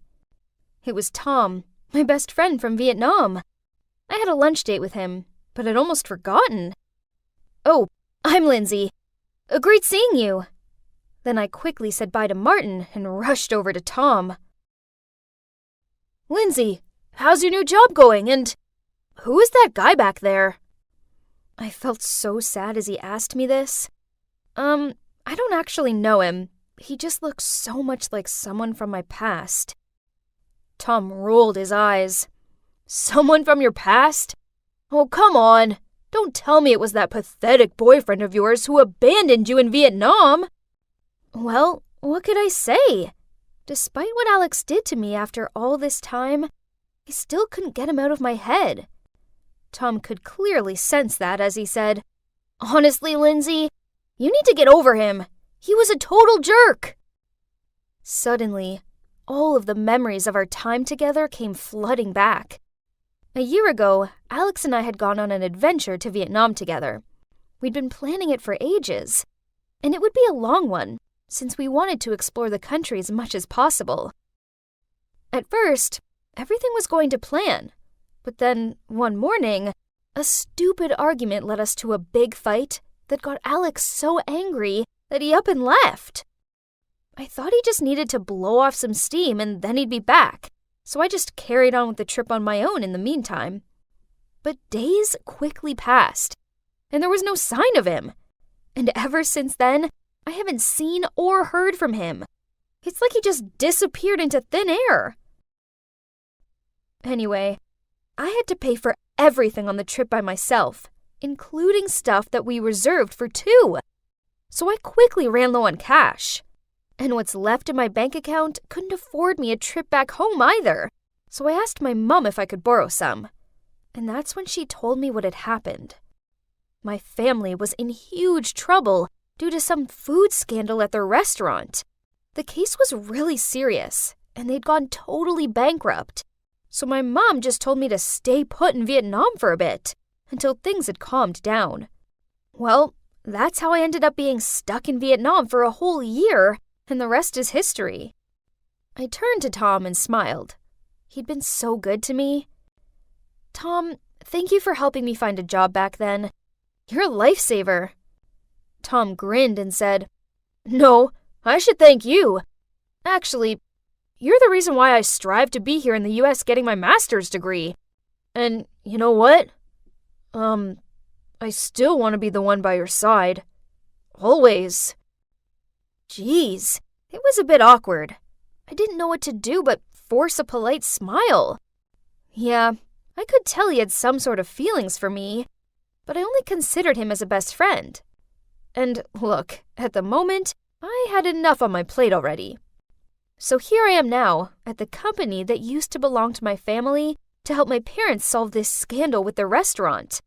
I know the claims aren't true, and I'm determined to help them figure it out so they can get their business back. Until then, I have to deal with working under the new CEO, Mr. Garcia. Well, well, hello, precious princess of the Stewart family. Oh, Mr. Garcia, it's been a long time not seeing those greedy eyes. What an honor for us to have the daughter of the former CEO as an employee. I forgot to mention, but guess what? That rude man just happens to be Alex's uncle. So yeah, that's been fun. And there's something I just can't get out of my head. Alex's disappearance happened at the exact same time as my family's business collapsed. Coincidence or... I get to the bottom of it though. Ever since then, I put a lot of effort into my work, hoping to find some clues. But Mr. Garcia just never fails to give me endless trouble. Luckily, Martin was by my side. Yep, that's right. That guy I'd bumped into on my first day of work. He'd been so supportive, even bringing me dinner when I work overtime. I mean, how sweet. And the more time I spent with him, the happier I became. There was just something so familiar about him. Tom, however, wasn't happy about this. He'd applied to be an intern at our company, but he worked in the files control department. Tom was so rude to Martin every time they bumped into each other, and it made me feel so uncomfortable. One time, Martin had offered me a lift home, and Tom forced me to go with him instead, saying it would be safer. He was being so immature. But I didn't have time to focus on that, because there were bigger things at stake. One day, I found out there was a clue that could lead me to the truth. A top-secret document that was kept in the files control department. It contained all the business activities from before my family went bankrupt, and also the deals of how Mr. Garcia went about taking over the company. I needed to get to this document. However, there was just one problem. The only person who could access the computer where this document was stored were members of Alex's family. Big problem, right? Anyway, one night, Tom and I were out to dinner, and he was acting really weird.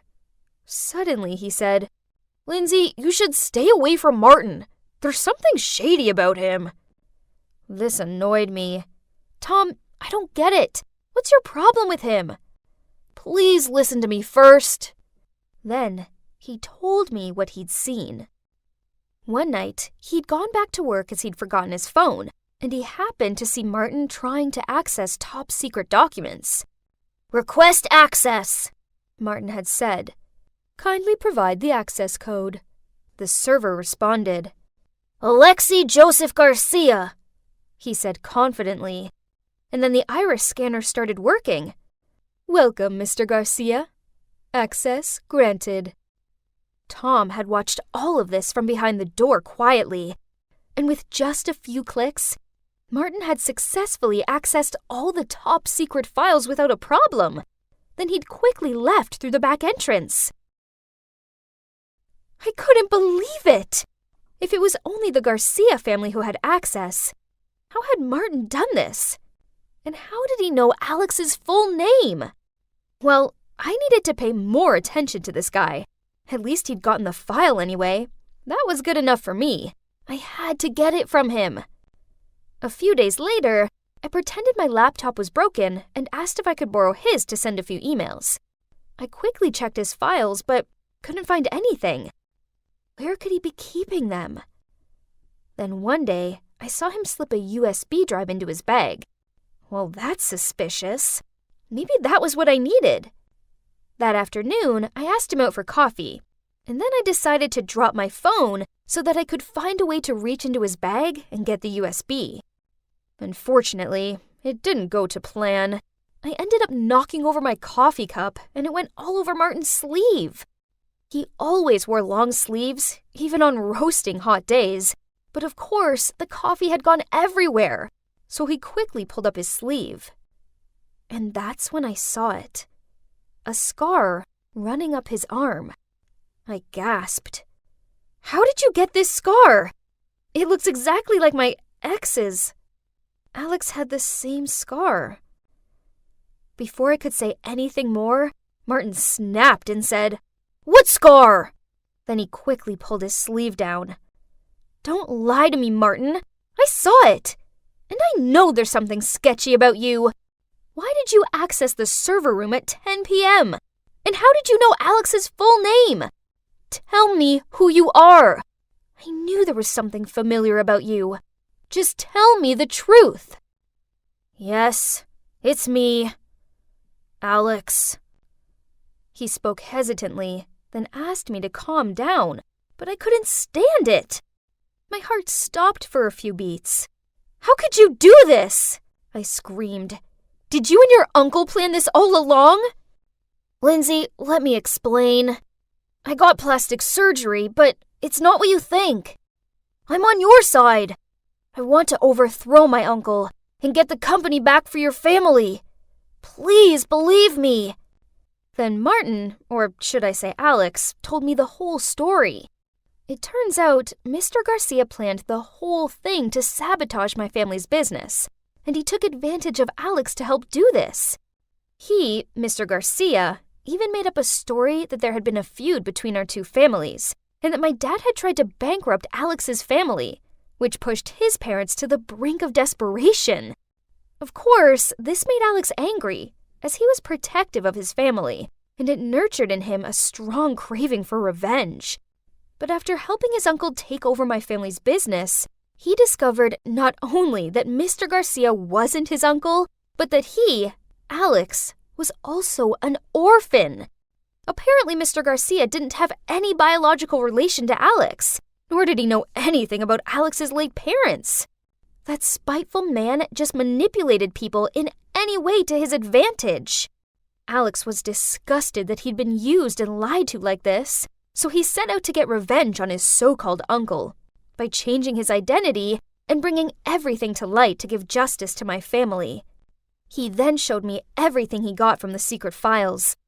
All the dirty tricks Mr. Garcia had used to sabotage and take over the company. He'd even been leading the company down a dark path through lots of illegal antics.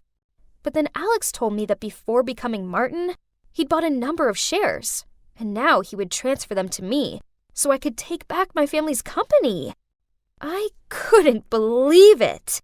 I immediately showed all the evidence to the board of directors, and right away, everything was resolved. Finally, Mr. Garcia was not only kicked out of the company, but he was also sent to prison for his unethical business practices. And it was all thanks to Alex. The person I'd held a grudge against the most had been the one to help me get back all that was lost.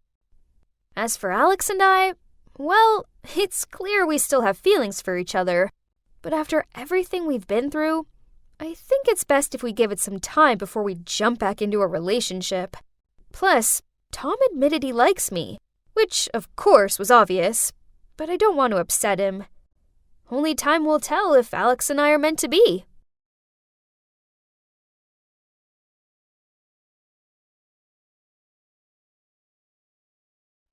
Hi guys, it's me, Claire.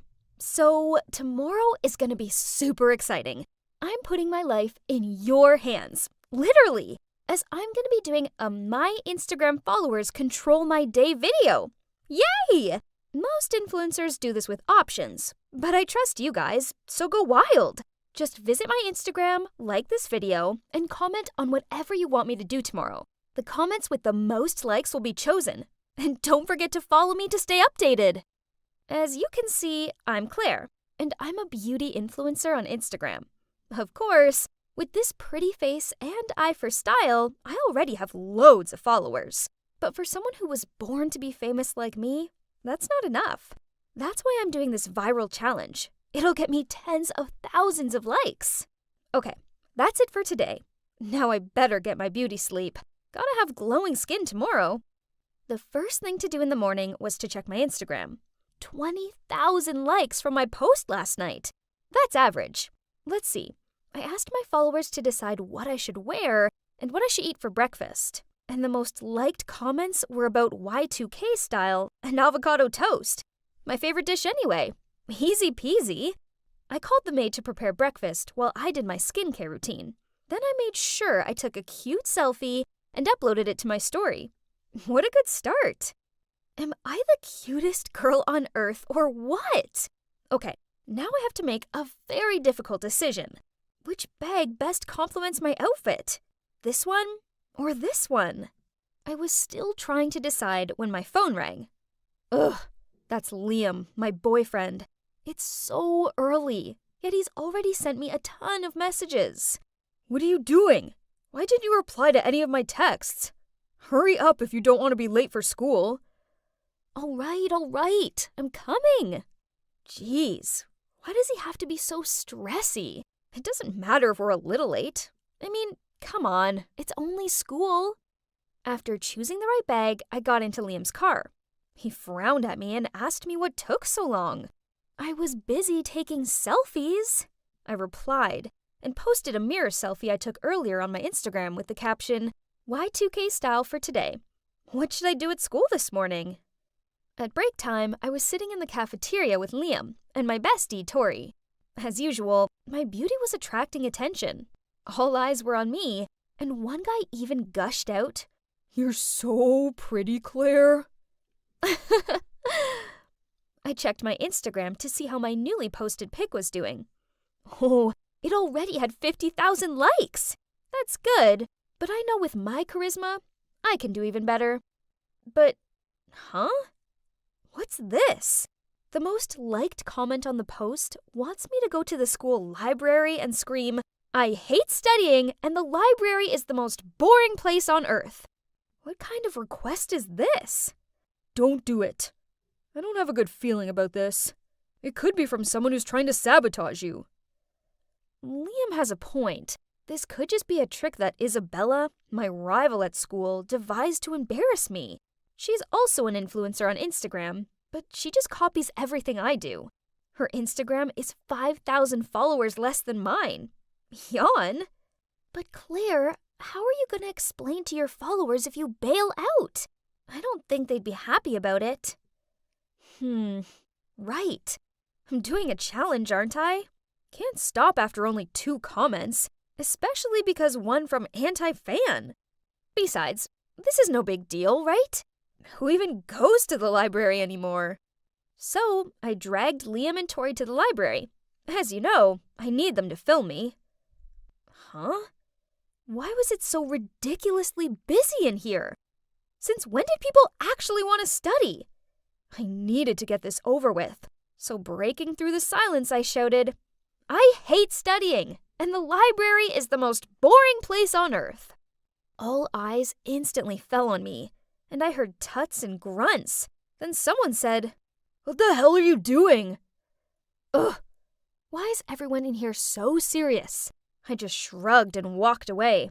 At least Liam and Tori had captured me at my best angle. To my surprise, that video gained me a load of views and likes, and I even earned nearly 1,000 more followers.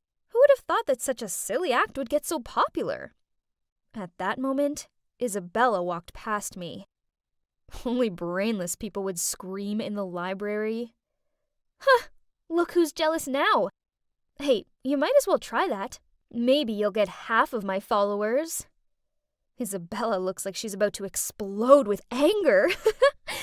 But then she sneered and said, "Let's see if you're still laughing after you see what you've got to do next." Huh? What is she on about? I immediately opened my Insta to check. What? The top comment this time was from Isabella. She wants me to put a trash bag on my head and go to the mall. Ew, trash bag? I spent an hour styling my hair this morning. Isabella, you wicked witch. But, okay. If she wants to play, I'll prove to her that she's messing with the wrong person. Just like last time, Liam tried to talk me out of it. This is nonsense, Claire. Don't lower yourself to this level just for a few likes. I told him he was overreacting, and that I wasn't going to let my followers down by bottling out of it. This seemed to annoy him, and he stormed off. So who's going to take videos for me? I called out, but Liam just kept walking. Why can't he just support me like usual? Luckily, I still had Tori, and she agreed to film it for me. That's what best friends are for. Okay, this is more embarrassing than I thought. People keep staring at me like I'm an alien. I gave them a "what are you looking at" stare, prompting them to quickly turn away. No, I have to act confidently for the video to get more likes. Looking over, I saw Tori cheering me on, so I took a deep breath, stood up straight, and did my best catwalk strut through the mall. My heart was pounding like crazy, even after we walked out of the mall. Phew, it was finally over. I then quickly opened up my Insta, uploaded the video I just shot, then texted Liam asking where he was.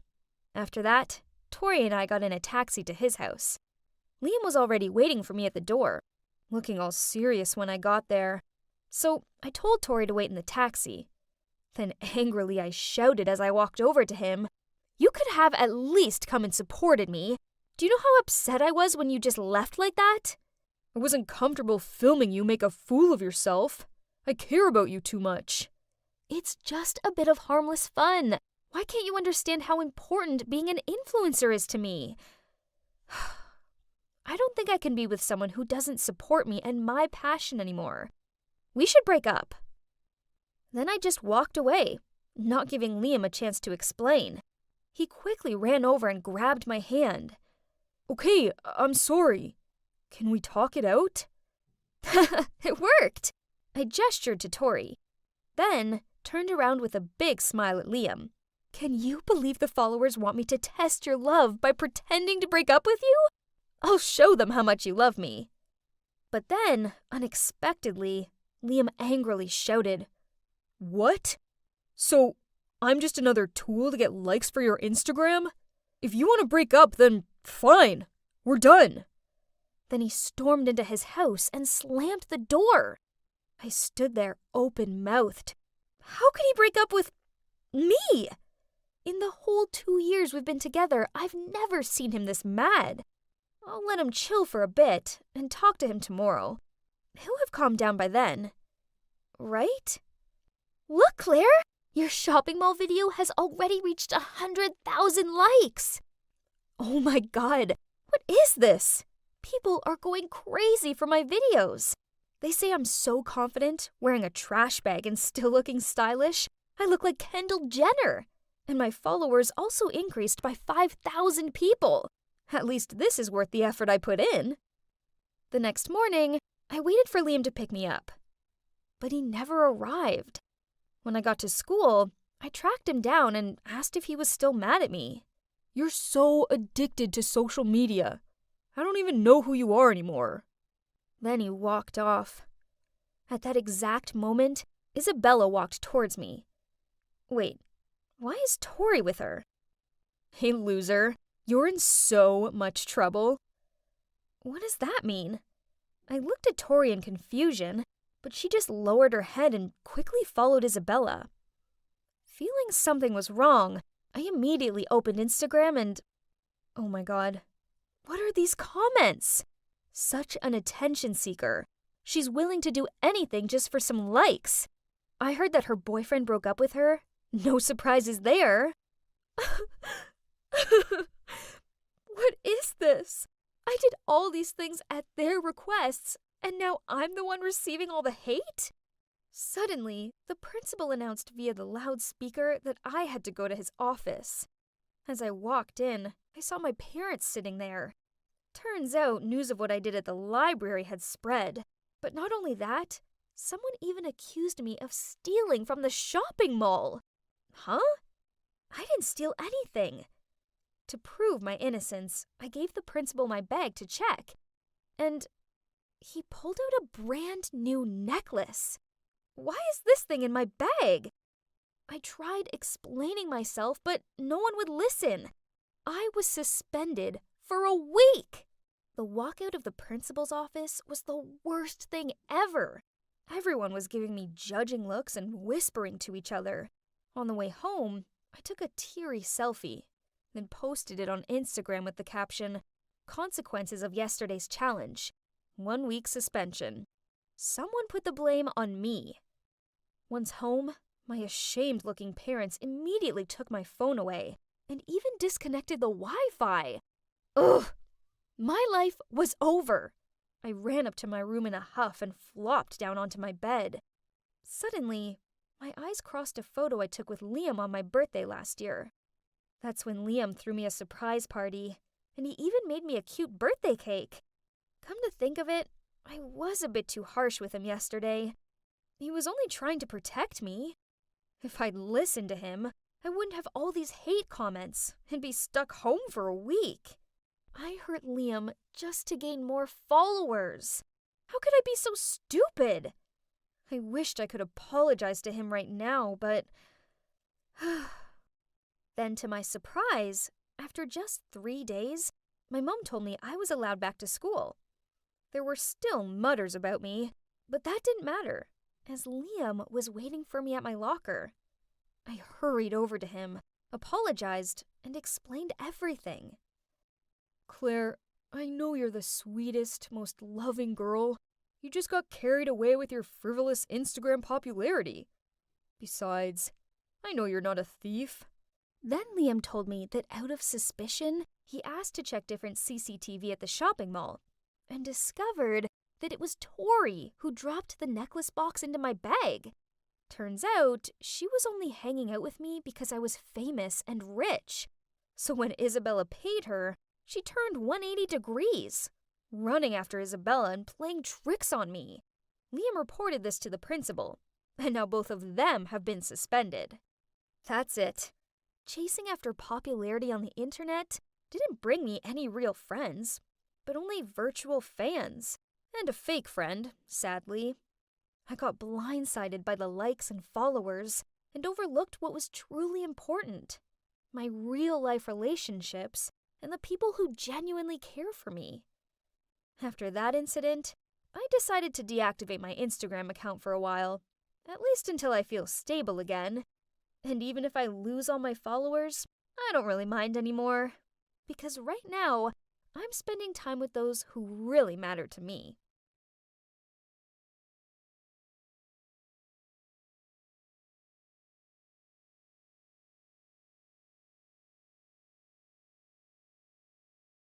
No! Now take your stinking money and get off my ship! It really wasn't our day. He was the 5th guy to reject us already. No one seemed to want to go to that island. Oh, hi there. Julia here. It's been 2 years since my dad strangely vanished into thin air while on a business trip. He just disappeared. But even when the authorities confirmed he'd passed away, I couldn't shake off the feeling that he was still alive somewhere out there. So I've still been looking for him ever since. In fact, just a few days ago, I found a clue. You see, I'm studying at the Archaeological Institute, where I happened to find an ancient map of some treasure hidden on a deserted island. Sounds wild, right? Well, it gets crazier. Right at the exact spot where the treasure was marked on the map was a symbol of a swallow, my dad's signature swallow, and his initials RC were written there too. Could it be? There was no time to waste. So that's how I ended up here in a fishing village close to that island with my best friend Lily. She's tagged along because she was so worried about me going alone, which was sweet of her.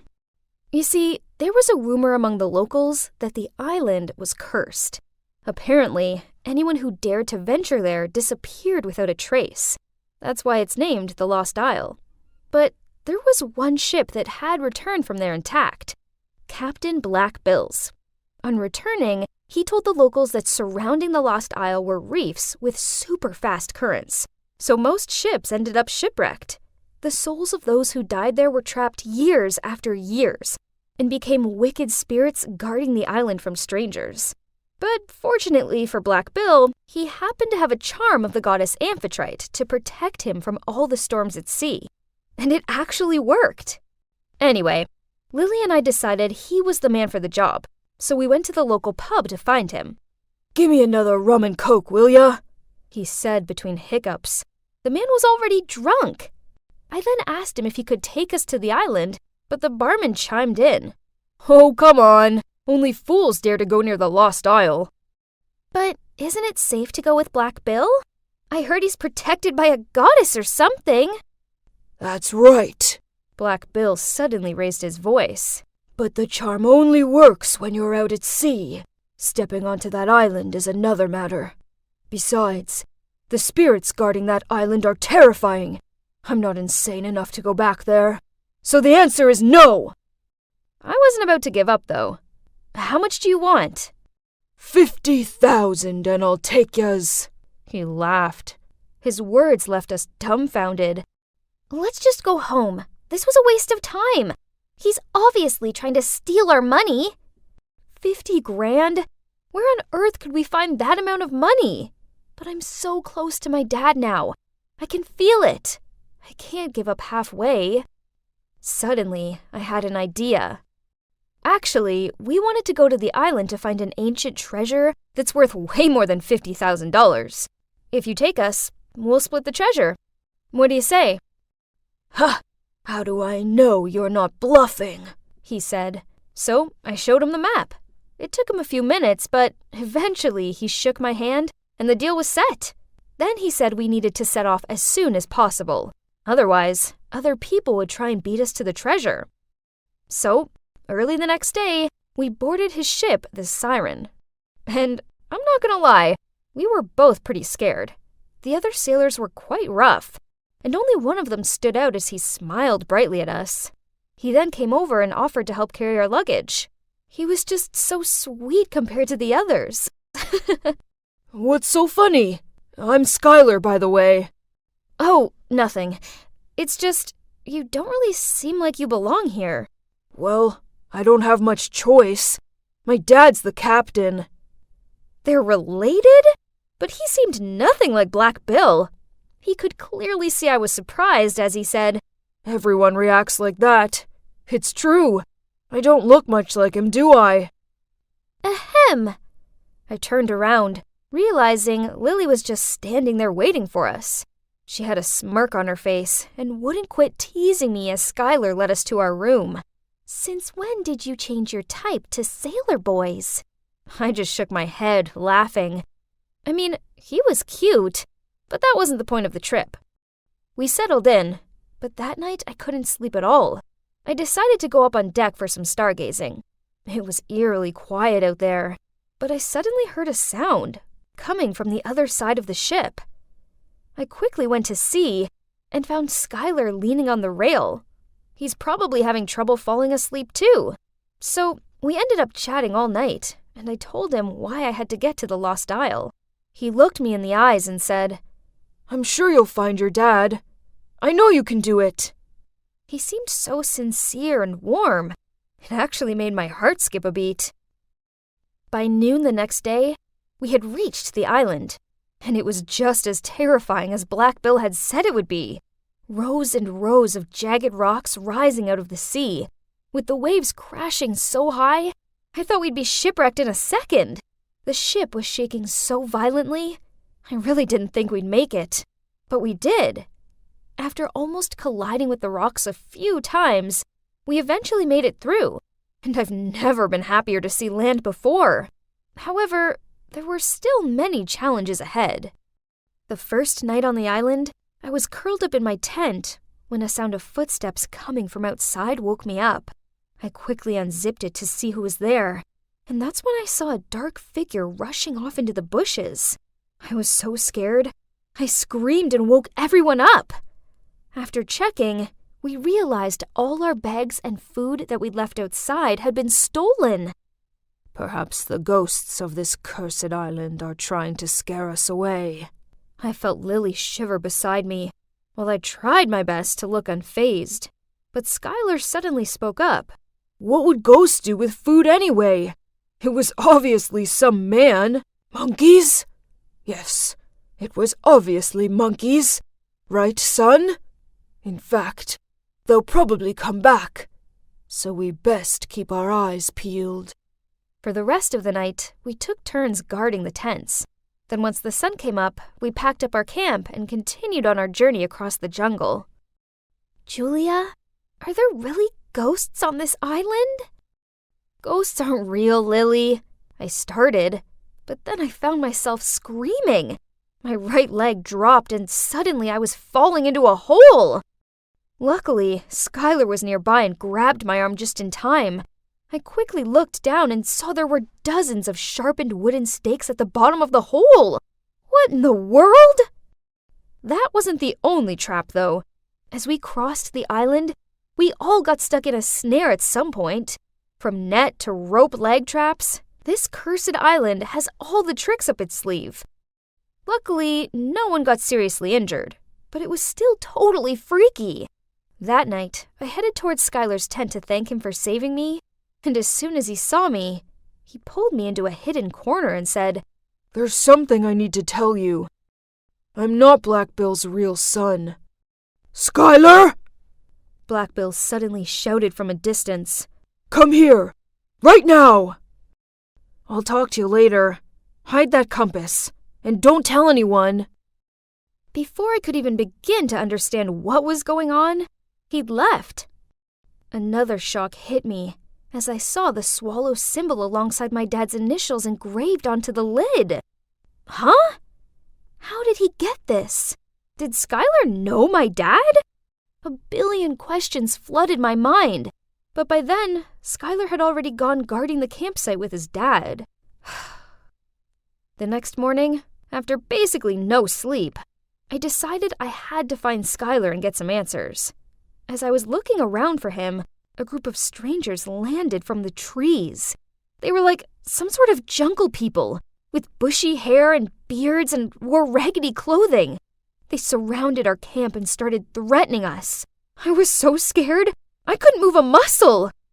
"Julia! Lily! Run!"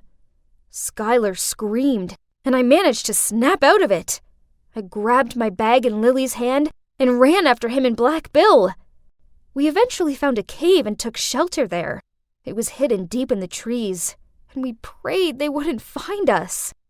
We then only came out when we were sure they were gone. I asked if we should go find the rest of the crew, but Black Bill ignored my question and only had his mind on the treasure. Ugh! He was willing to leave his crew behind.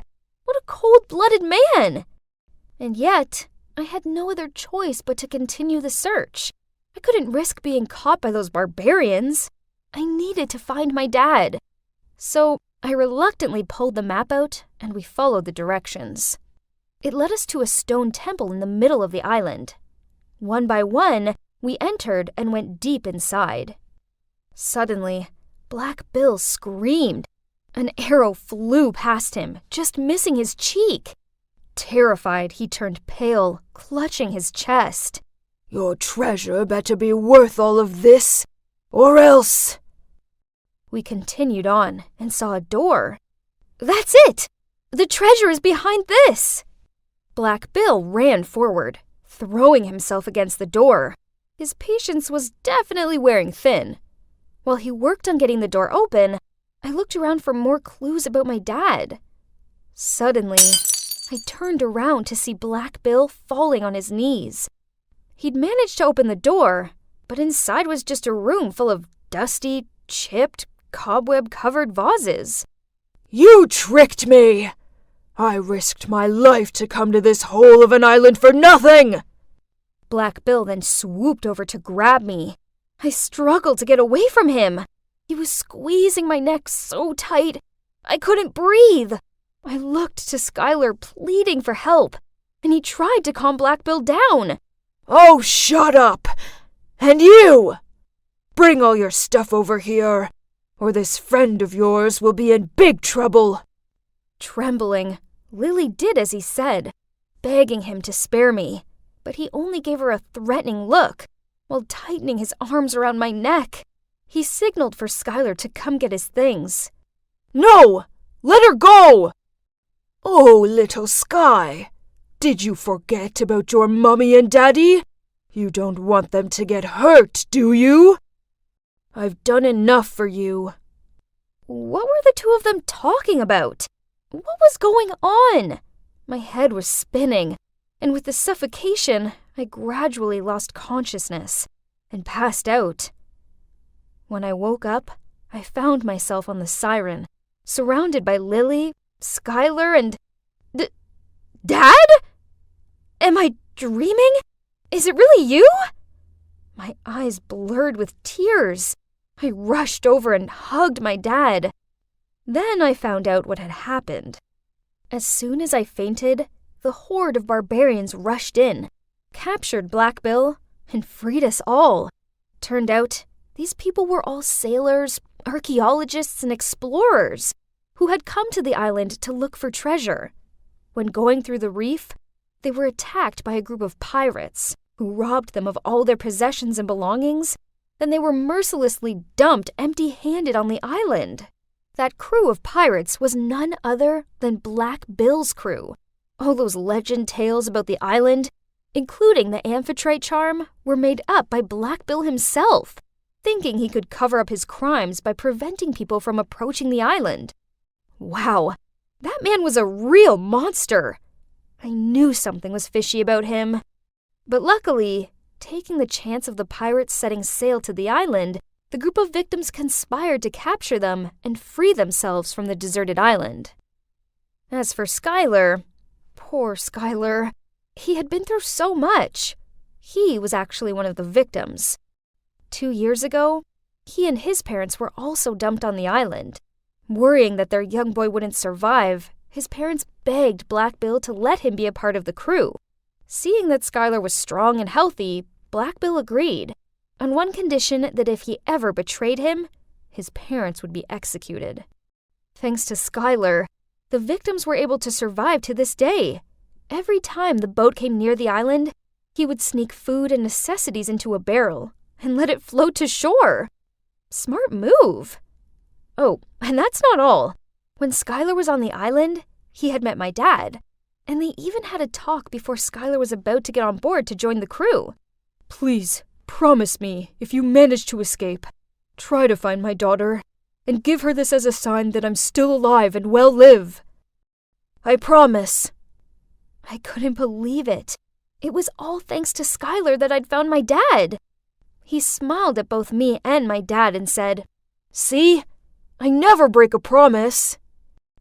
Anyway, when the ship docked, the pirates were immediately arrested. As for the victims, they were finally reunited with their families. Now, a year has passed, and honestly, all this was still so surreal to me. My dad and I spent a large chunk of the past year setting up an organization to help the people who'd been stranded on the island reintegrate into society. Lily has actually been writing a book about our adventure.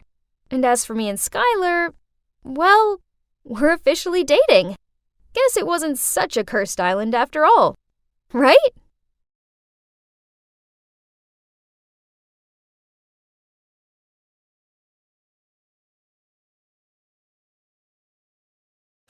Hi, I'm Kate, and I'm doing something totally thrilling.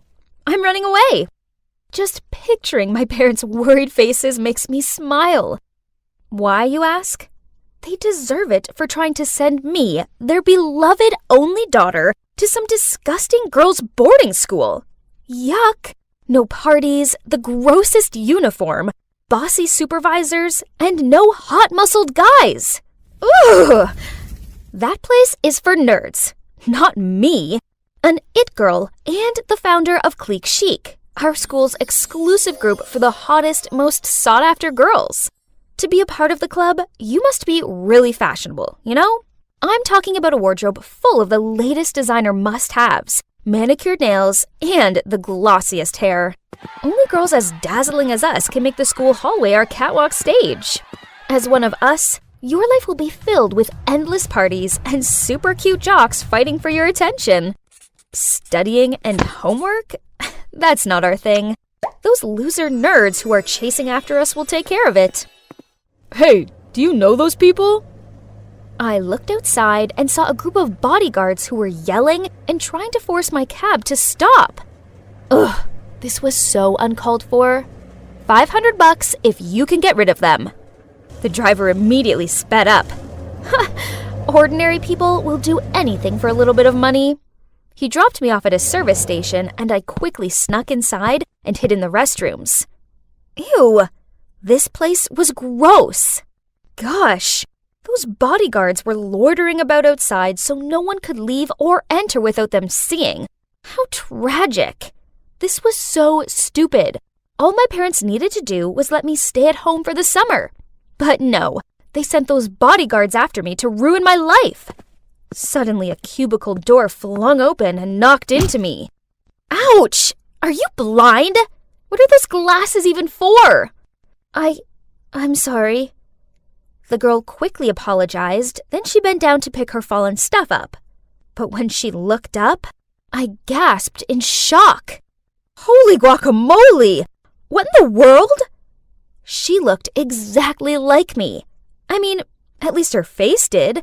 Her style was disgusting and old-fashioned. Ew. But given my dire situation, I came up with an amazing idea. Okay, so this is weird. Do you want to make some money? And I mean a lot of money? She gave me this dumbfounded look. Ew, I hope I didn't get frown lines like she did when I screwed up my face. They were ghastly. I have a really lucrative job for you. As you can see, we have similar faces. Freaky, but fortunate. So I need you to pretend to be me and live my rich life for a month or two. Here's my Twitter account. Just skim through it. You can learn everything about me there. It should be enough for you to play the part and avoid my family's suspicion. And here's your payment. I rifled through my bag and handed her the rest of the cash. Jeez, this must be a huge amount for her, as her eyes lit up like she was seeing money for the first time, and she immediately took it. We quickly exchanged clothes, and as instructed, she went outside to hand herself over to the bodyguards. Freedom! Now bring on one long, hot summer of fun. But first, I have to go shopping. Wearing these old-fashioned, disgusting clothes made me want to puke. Oh no! My parents have locked all of my credit cards. I can't even buy a soya milk iced latte now. Poof! How could my parents be so cruel? The worst part is, I had stupidly given all my cash and my phone to that girl. With no other options left, I reluctantly searched the girl's bag. A few old-fashioned clothes, some stupid books, and an unbranded lipstick? Huh? Was that all? How can people live like this? But, what's this? In her small notebook was a train ticket and an offer letter to work at Homestay Allen. So, looks like she's going there for a summer job. Hopefully that homestay has a bath with scented candles and a pool for me to sunbathe by. I need to work on my tan. I was glad to get off that flea-ridden thing and breathe in some fresh air. Now where was my ride? There was a short, chubby old man holding a board with the name Clara on it. Ah, the name on the train ticket was Clara. So this meant he was here for me? Ugh, he didn't even have flowers with him, and he could have at least combed his hair. So, turns out that's Danny, the manager and owner of the homestay. Honestly, if it wasn't for the circumstances, I would never have set foot in this stupid place. Oh, how the day got worse. Without even being allowed to rest my weary feet, Danny gave me work. Housekeeping. It was a joke, wasn't it? My nails were not made for menial jobs. Life here was horrible. I had to get up so stupidly early that it was still dark out, then clean a dozen dusty old bedrooms. After that, I would do the laundry, dry the towels and bedding, fold them, and arrange them neatly into each room. At noon, I also had to help the chef here, Anna, prepare lunch, and I was also forced to wash a mountain of gross dishes. I had never done such silly chores like this at home. Instead, they were always done for me. Didn't expect them to be this exhausting. You should put them in order, so they won't break. Ugh, where did this nosy guy come from? Are you lecturing me? I replied crankily and walked away. Suddenly, oh no! This was the 9th time I'd broken stuff since I'd arrived here, and that wasn't counting my poor broken nails. I quickly bent down to clean up, but ouch! I cut my finger on one of the pieces. The guy quickly ran over and bandaged my wound. Bond, that's my name. Huh? What's this? Did he just wink at me? My heart was pounding. He was cute. Yeah, he was really cute. I'm Clara. Go do something else. Leave this to me. Realizing that I'd been staring at Bond for a while, I hurriedly got up and rushed to the kitchen. Nice to meet you, Clara. I'm your new colleague. Well, that's not so bad. At least I have someone to share my workload with and to chat. The next morning, I was cleaning the floor, half asleep, when Bond came over, put an AirPod in my ear, and winked at me. Imagine you're dancing. Then you won't feel so tired anymore. Okay, this sounded kinda lame, but at least no one else was around to see me, so I decided to just go with it. So I gave it a try, with Bond, and I relaxed a little. Well, I didn't expect it to be so much fun. That night, as I was about to turn off the light, I heard a knock at the door. It was Bond. He wanted to show me a secret, so he took my hand and led me to the beach. Yes, we were holding hands, and his hand was really warm. He took me to a sandy beach and shone his flashlight at his feet. Something was moving under the fine white sand. Ew! What was that? I clung to his arm in fear. Aw, little turtles, I exclaimed as they slowly emerged from under the sand. Yes, they're cute, aren't they? Let's give them a hand. They have to get to the sea before dawn. I hesitated because I thought this was so stupid. When the sun rises, they'll be easily spotted and eaten by predators. Fine. Since Bond pleaded, I had no choice but to sacrifice my sleep to escort the baby turtles to the sea. Why would their mom just abandon her babies like that? Their mom protected them when they were eggs, and now it's time for them to start fending for themselves.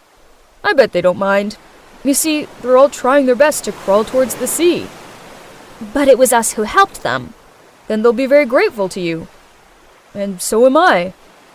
Whoa, I'd never felt like this before. It felt like my heart was aching, but in a good way? Thinking about it, I suppose this was the first time I'd ever helped anyone before. Now I kinda understood why my parents did what they did. They just wanted me to be more independent and stop hanging around with those vain, show-off girls. They sure would be pleased if they could see me now, with this sweet and gentle guy.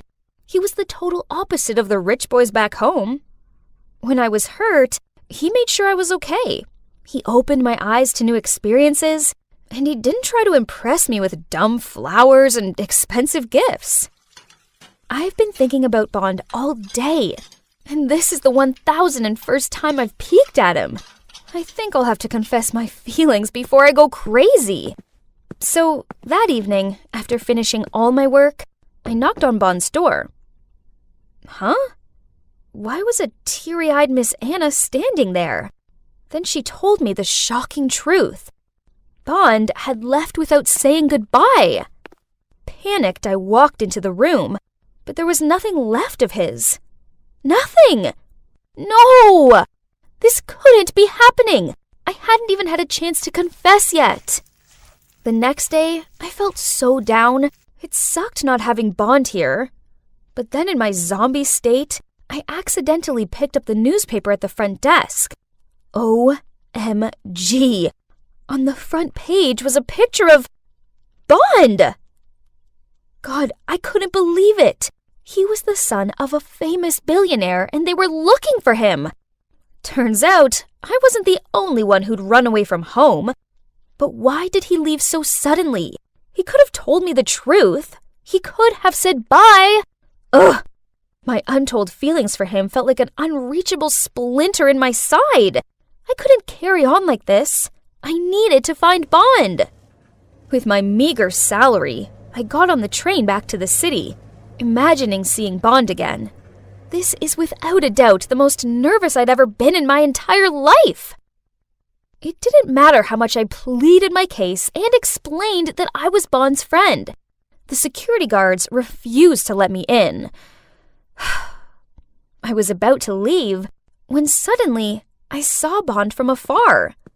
He was with a girl. What in the world is this? I tried to strain my eyes to see. My God, isn't that me?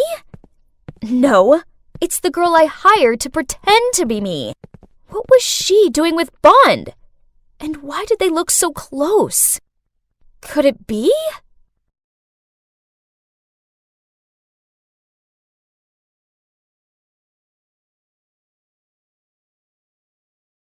I'm still waiting for the day my mom says, It's all fake. We're millionaires. This was just to teach you to be humble. but I know that'll never happen. And I'm still humble, but humble as in humble background. Hi, I'm Addison from Colorado. Ever since my dad passed away when I was 7, we've been broke. And Mom got irked whenever I asked her for money. So going to this kind of expensive summer camp seems pretty far-fetched to me. Suddenly, somebody snatched the flyer out of my hands. It's Katie and Candace, the resident mean girls. Girls, are you ready for the trip yet? New hair, new nails, new clothes, all checked. What about you, Addie the baddie? Oops, sorry. We forgot that a poor loser like you could never afford to join in. I forced back tears as they burst out laughing, then left. Addison, are you okay? Don't listen to them. I can help. Stay away from me, Layla. Rich kids like you would never understand. I flicked her hand away and ran off. Let's see.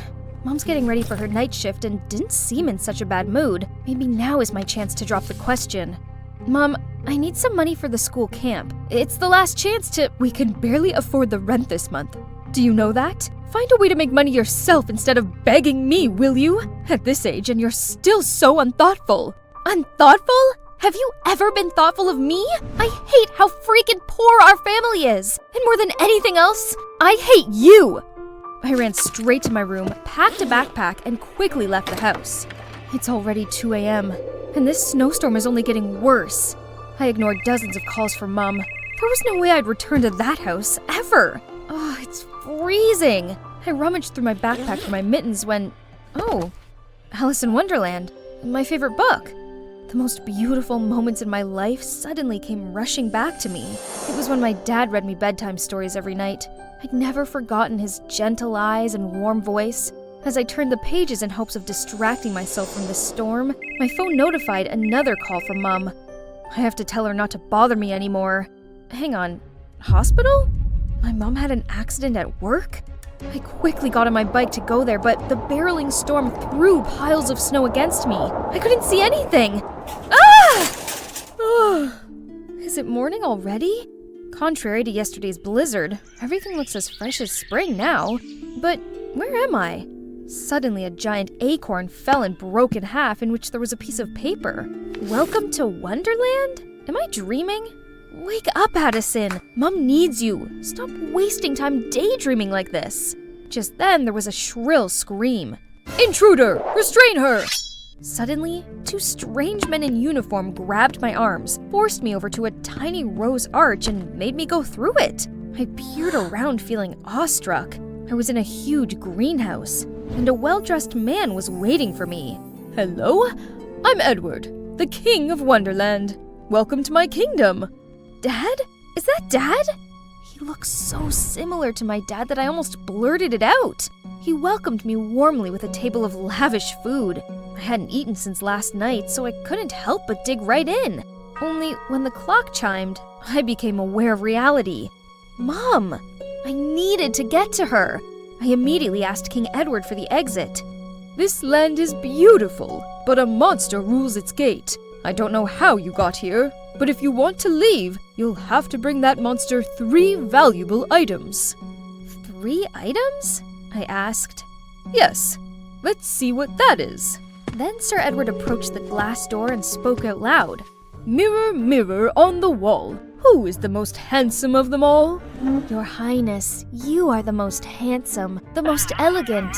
We wish to be as perfect as you are. Yeah, if I was you, I'd wanna be me too.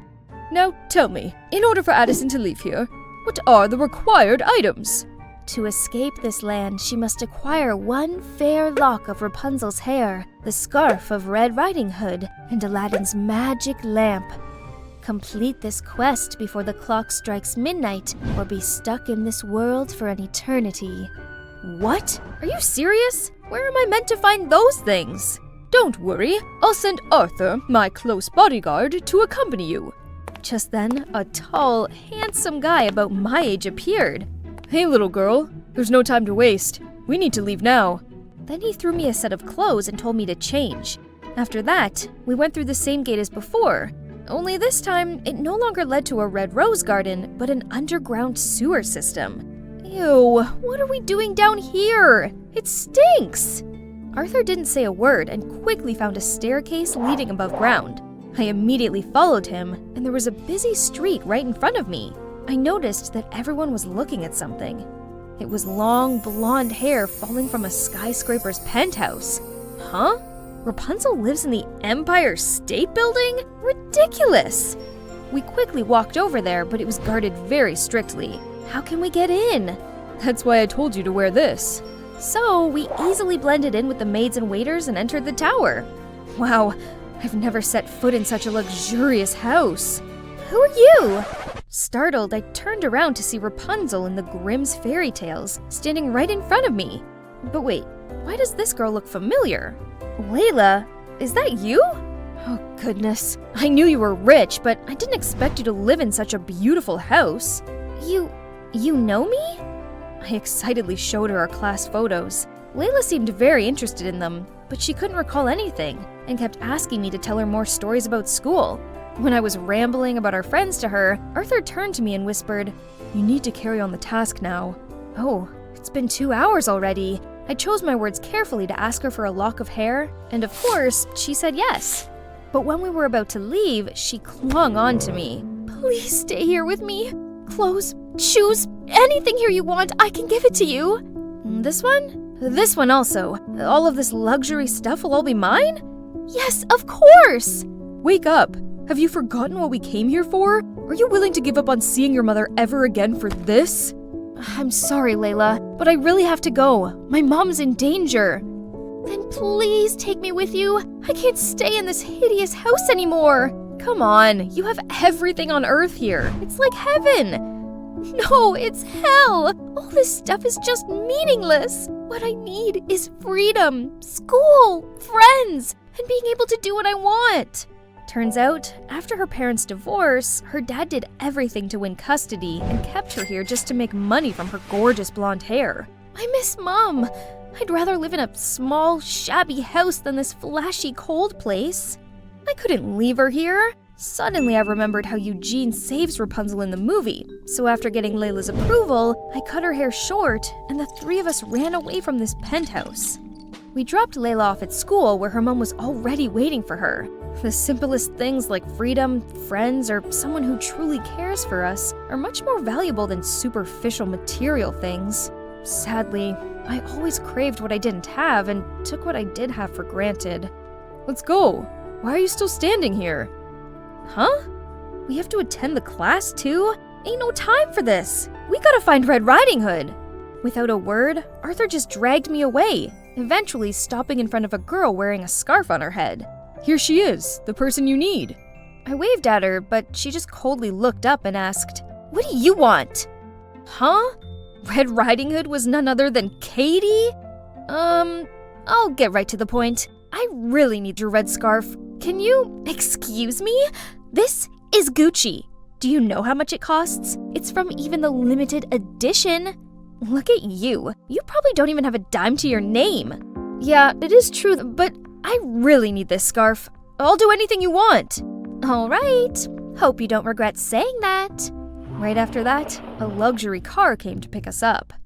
We stopped at an apple farm, which was familiar to me as it was where my mom worked. Well, I want to bake an apple pie for my mom, so pick me a box of apples. Remember, you have to do it alone. Your friend's out. My mom can even pick an average of 12 boxes a day, so one box was just a piece of cake. But who knows, her one box was actually a container of 1,000 pounds of apples. Did she want to bake for the whole town? Oh, I'm exhausted. Who on earth could pick apples under this scorching heat for hours? My head started spinning. Losing balance, I fell off the ladder. Luckily, Arthur caught me just in time. Still, your mom does this every day.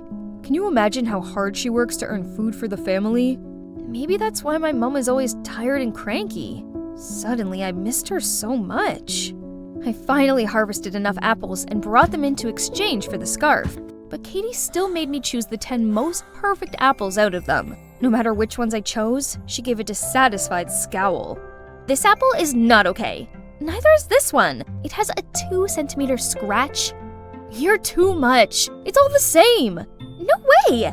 Everything for my mom must be the best. She's sick and I need a perfect pie for her. Then Katie told me that when her mom was pregnant, she found out she was sick.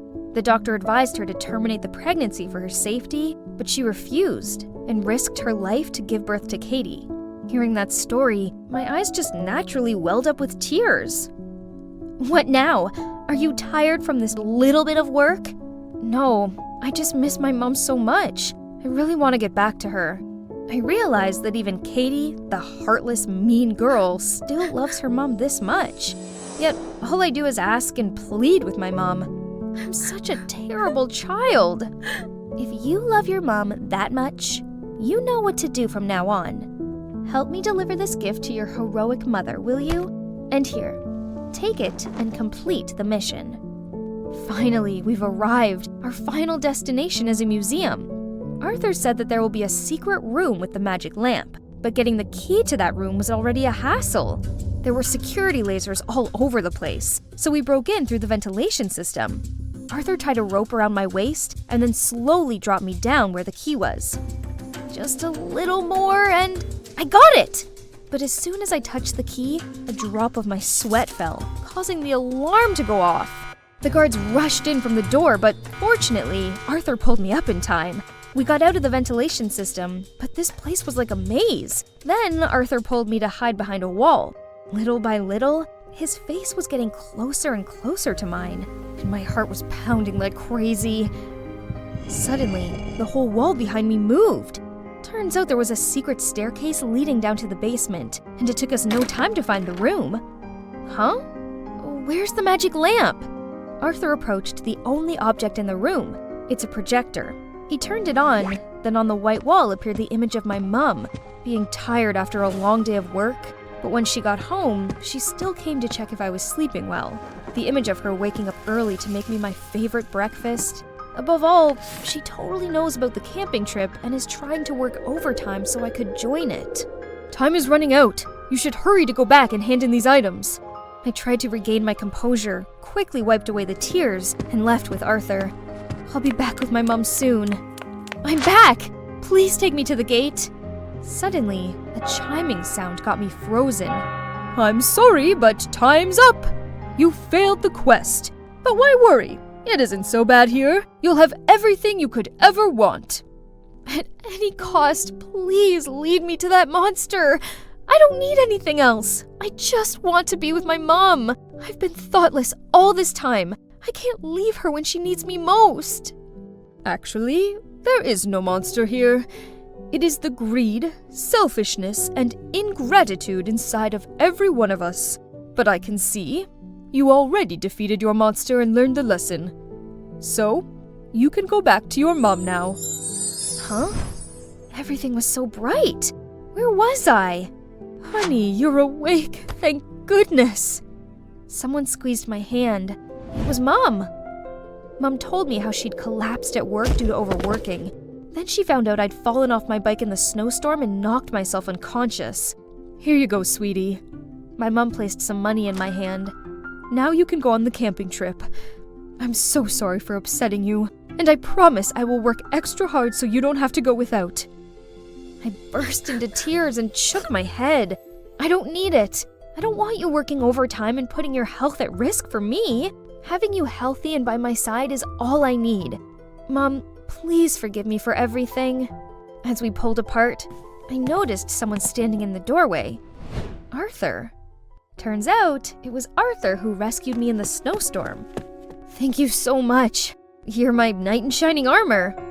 Anytime. I'm just glad you're okay. I mean it. I wouldn't have completed the tasks without you. Huh? What tasks? Looking into his dreamy eyes, I honestly felt like he'd been sent by my dad to help me learn from my mistakes and be grateful for what I had. Never mind. I'm just glad you're here.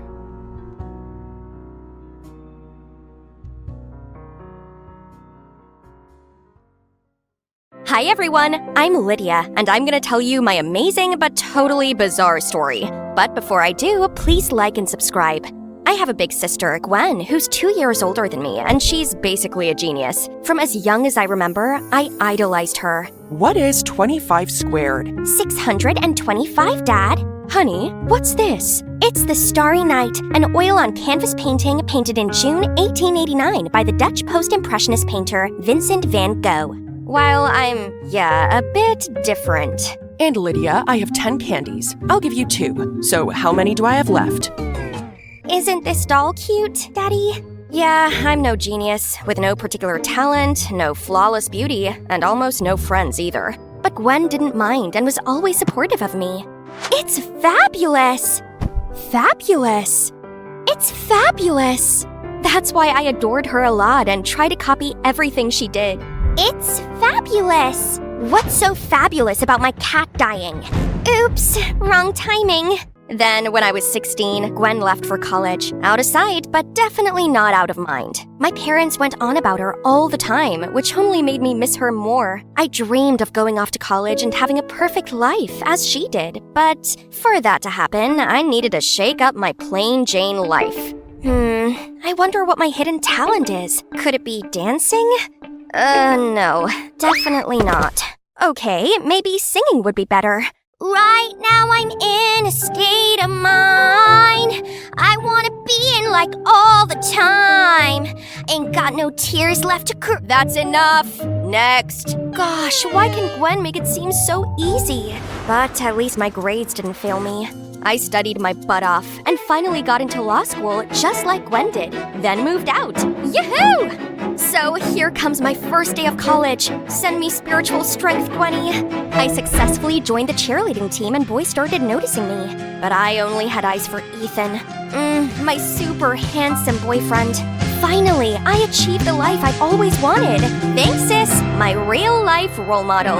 Then one day, I arrived home to see a familiar figure waiting for me. Gwen! I was so happy, thinking she'd finally freed up time to visit me, but she looked so upset and had gained weight. A bit. College life seems to have fattened you up. Lydia, I'm pregnant. What the chocolate fudge? One eternity later, I finally managed to close my goldfish mouth, then invited her inside. I dropped out of college 6 months ago, then found out I was expecting a baby right after. My due date's in just 2 weeks, and I have nowhere to go. Please, Lydia, let me stay here. Our parents must not find out. I can't face their disappointment. How about my disappointment? She was meant to be perfect, but she's just ruined everything. What about the father?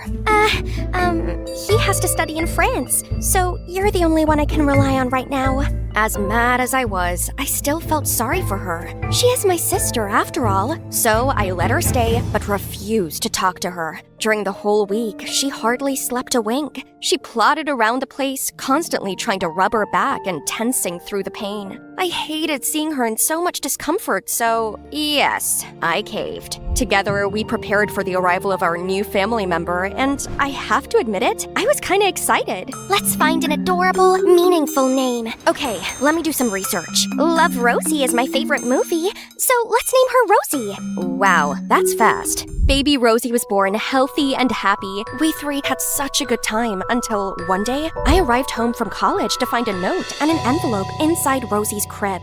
My darling Lydia, I'll be away for a while longer. 2 months, I suppose. I have to make some changes so that I can provide for Rosie. Please take care of her for me and do not tell anyone about this. I will be forever grateful for this. G.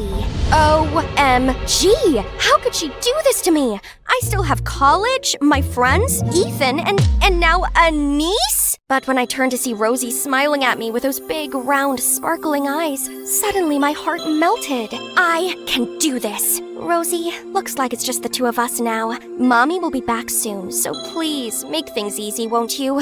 She absolutely did not. Sometimes I wondered if Rosie was real or an AI program because every night at 3 a.m. sharp, she would cry her lungs out. And if her milk was a little colder than 98.6, she'd spit it all out. Not to mention, I have to come up with 1,000 ridiculous ways to keep her entertained. And my house was always filled with the smell of stinky diapers. But other than that, Rosie was very sweet. I can't bring myself to get angry at her. I had no other option but to take online lessons instead of going to class. One time, I forgot to turn off the mic, and suddenly, Rosie farted so loudly that the entire class immediately flocked around to look. Another time, I was so exhausted from staying up all night that I felt my eyelids drooping. Then, Lydia! Yes, dear, milk is coming! I don't think milk works for you, but an F will. Oh no. Despite my constant apologizing, I still ended up with poor results. This semester, I'd already failed 2 classes and been kicked out of the cheerleading team. You think that is the worst part? Think again. On a super lucky day, I was at Walmart, overwhelmed with dozens of diaper brands when I saw none other than Ethan. There's nowhere to hide, Lydia. You're doomed. Oh, hi, Ethan. Didn't expect to see you here. Sorry, recently I'm a bit busy. Do I know you? Huh? I'm Lydia, your girlfriend? What? It's really you? You ghosted me for the past few weeks. Jeez. Did you even take a shower? And what's that thing? Want to trap me with a baby? No, she's not my child. And it's true that I forgot to wash my hands after changing Rosie's diaper this morning, but anyway, please, I just need to look after her for a few more weeks and everything will be back to normal. That's enough. Look at you. You're just like a cave girl. By the way, use this. And you know what? We're over. No words can explain how pathetic I am right now. It's all because of your mom. She's such a... Now my life's a living misery, all because of you 2. Shh. I'm sorry, Rosie, I didn't mean it. None of this is your fault. 2 months is almost up. When your mom's back, things will be okay again. But 2 months passed, and Gwen was still nowhere to be found. Worse still, the money she left ran out. I had no choice but to find work, so I took a personal tutor job where students came to my place to study. Not a single soul applied, until one day I opened the door to see this guy. Hello, can I help you? I saw this flyer and want to attend the class. Oh, really? Sure. Come on in. Turns out, he's Augustin. He wanted to get onto the same law course as me, but last year he didn't make the grade. I tried my best to keep an eye on both Rosie and Augustin in separate rooms, but once in a while, Rosie let out a squeak. You hear that? That's my cat. Solve this equation. I need to go to the toilet. But you went 10 minutes ago. I have a small bladder. It runs in my family. Any problems? If you fall in love with someone, just confess like this. My love for you is like diarrhea. I can't hold it in. Mwahaha! Disgusting. I pity anyone who falls in love with him. I hurried back in to see him on his phone. So much for working hard. Huh. Hey, if you really want to get into college, at least put some effort into it. Like how you did your Snow White makeup. Oh no, it's baby powder. It's flour. I'm making bread. Didn't know you can make bread in the toilet. It's okay, teen mom. No need to hide your baby anymore. No judgment here. Seeing as the game was up, I told Augustin the truth. Surprisingly, he seemed understanding and even asked if he could see Rosie. Whoa! Who knew Mr. Jokester could be so good with babies? I've never seen Rosie so full of joy and laughter like that. Gradually, I no longer saw him as my student, but more like a friend. It's not like he came to my place to study anyway. We talked a lot, even outside tutoring sessions, and I learned so much about him. You'll never fulfill your law school dreams by playing games all the time over studying. Who said law school is my dream? And this is not a game. Huh, a fashion website? Don't tell me it's yours. Yeah, I'm the founder of this brand. No way! And what's this? Can you really sell this plain cap for $200? It's not about the cap, it's about the brand's design. He then told me he had always dreamt of opening his own fashion chain, but his parents never supported it and just wanted him to be a lawyer like them. That's why he was never serious about his studies and messed about. So, what's your dream? Become the best judge in America? It's totally not a hard question, but why am I speechless? I just want to be as cool as my sister, but she's not so cool anymore. Right then, Rosie squealed and filled her diaper, which somehow saved me from the situation. But Augustin's question got me thinking. I need to find the answer. You look distracted. What's on your mind? I found it! I want to be perfect! That's vague. How do you define perfect, though? Does it make you happy? I'm not sure. How about this? Have you ever thought about it? Oh, this is nonsense. Forget it.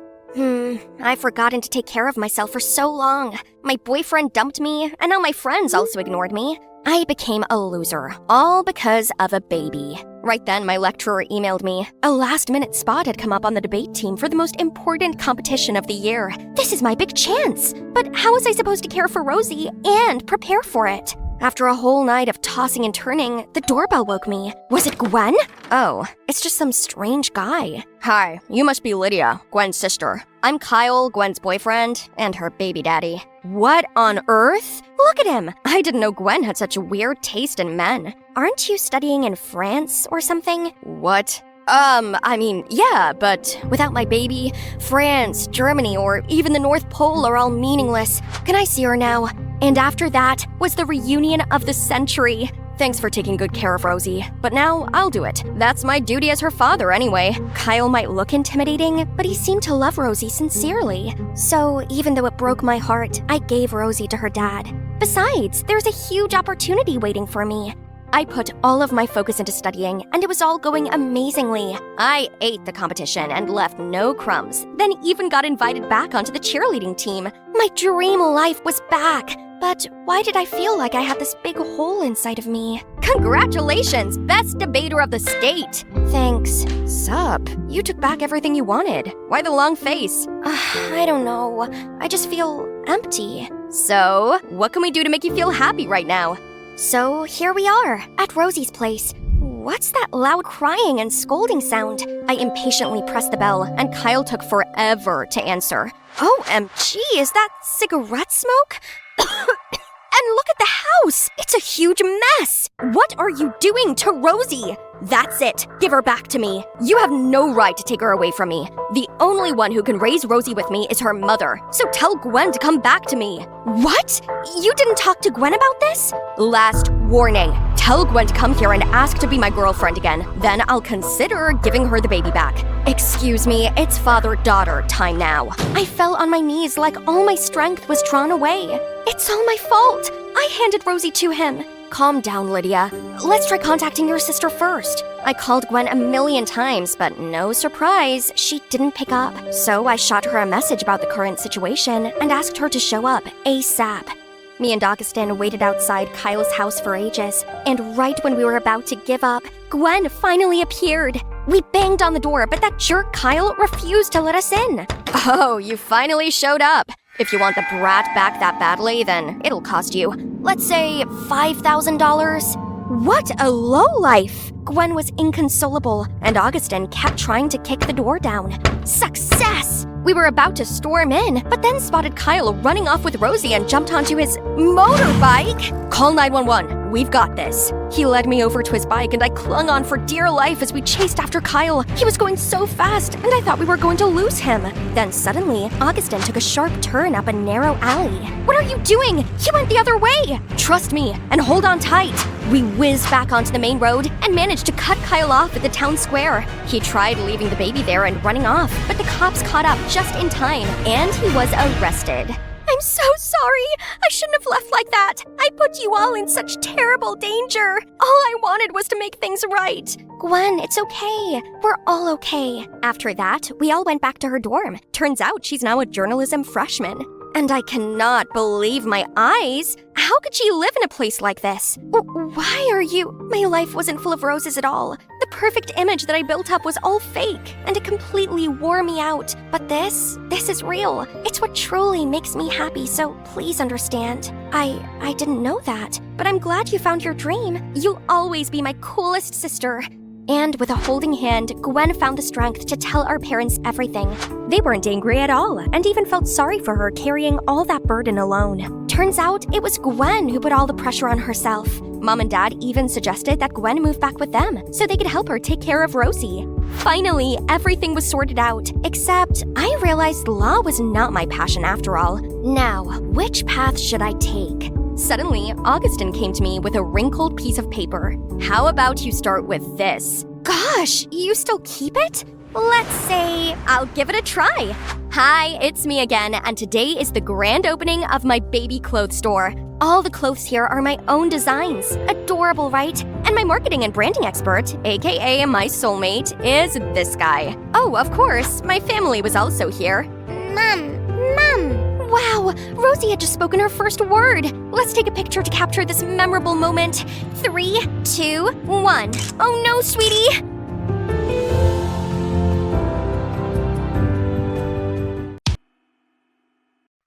Hi again, it's me, Lou.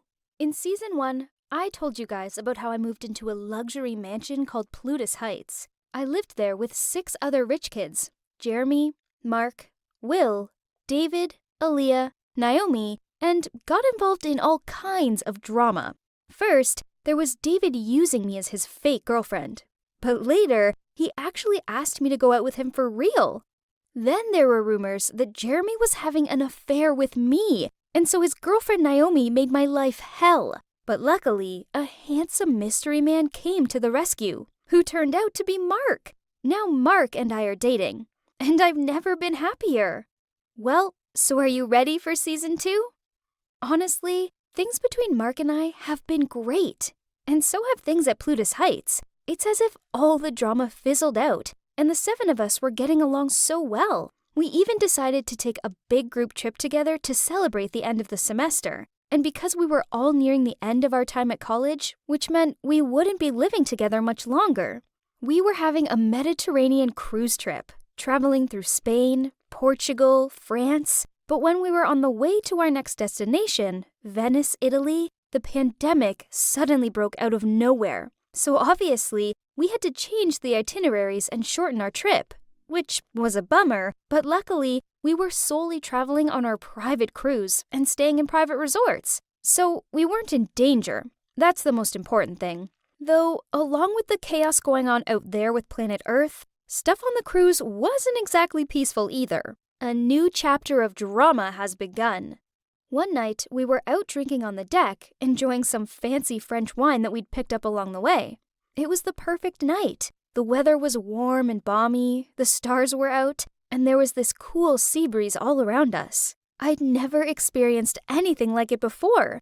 Even though my parents are rich, they didn't really flash their cash around, so I'd never really learned how to fully make the most of life like my friends had. And I thought, it's not too bad leading a modest life. Everyone even joked with me, saying that I was too uptight, and that my family was rich, but it was such a shame that I didn't know how to spend money.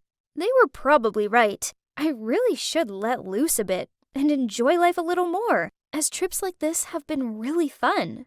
That night, we were drinking and chatting when suddenly, Jeremy got up and said he had to have an emergency call with his tour manager after COVID had caused his tour to get canceled. That was so unfortunate. Everyone kinda quieted down after he left. Then Mark leaned over to me and said, Let's go back to our room too, babe. and that's when Aaliyah looked over at us and whined, "Ew, get a room! I can't stand watching you two lovebirds." Then she got up and left. It was kinda awkward, but David quickly interrupted and said, What is wrong with you guys? You're such party poopers. Stop killing my vibe. Listen up. No one is leaving until we finish this bottle. and at that, he popped open another bottle of champers, and we all cheered. We ended up staying up super late, reminiscing about the trip so far, and looking at all our photos. It was so much fun, and we all had a good laugh. At one point, Naomi popped up from her seat. "Oh, Lou, remember that pic I took of you at Parkwell? That one was so funny. It's on Jeremy's camera, though. Let me go get it." "Oh, and where's Aaliyah?" "Let me go get her, too." Then she ran off in excitement. We were all tipsy by this point, and in a good mood. We started talking about where we'd go next on our trip, and I suggested we should make this an annual thing because it had been so much fun. But just as I said that, I heard someone yelling. It was Naomi, and she didn't sound excited anymore. She was super angry. "I can't believe it! In our bedroom? Jeremy, are you for real? You're cheating on me in our own room? What is wrong with you?" Oh my God, Jeremy was a serial cheater. Poor Naomi. And then I started to panic. Who had he been cheating with? Please tell me it wasn't Aaliyah. We all ran to the room, and I prayed so hard that it wouldn't be her, because then our friendships would all be over. The whole way to the room, we could hear Jeremy and Naomi shouting at each other. "I am speechless, Jer. What do you have to say for yourself, Naomi screamed. Then Jeremy said, I thought it was you, babe. I'm a bit drunk. And she came into the room and it was dark and... Then Naomi interrupted, saying, "What? You thought it was me? You're drunk, but you're not blind. Look, we look nothing alike. You've sunk too low this time, Jer." We caught up with them, and when we looked into their room, Jeremy was on the floor begging Naomi for forgiveness, and there was another girl on the bed. The maid! Oh my God, he cheated on Naomi with the maid. But at least, thank goodness, it wasn't Aaliyah. It could have been so much worse. Eventually, Aaliyah showed up to help me calm Naomi down, and that night, the three of us slept in Aaliyah's room. We couldn't leave Naomi alone because she was so upset. I couldn't believe how everything had just changed in the blink of an eye. One moment we were having the best vacation of our lives, and the next, it was all a mess. Naomi only fell asleep around 3 a.m., and I only know that was the time because my dad suddenly called me. I would have thought it was strange, but it was still evening back in New York. Maybe he was missing me. I was actually relieved to speak to him, and I excitedly said, "Hi, Dad. What's up?" But as soon as I heard his voice, I knew something was wrong. He didn't sound happy at all. Pumpkin, there's this thing, you see.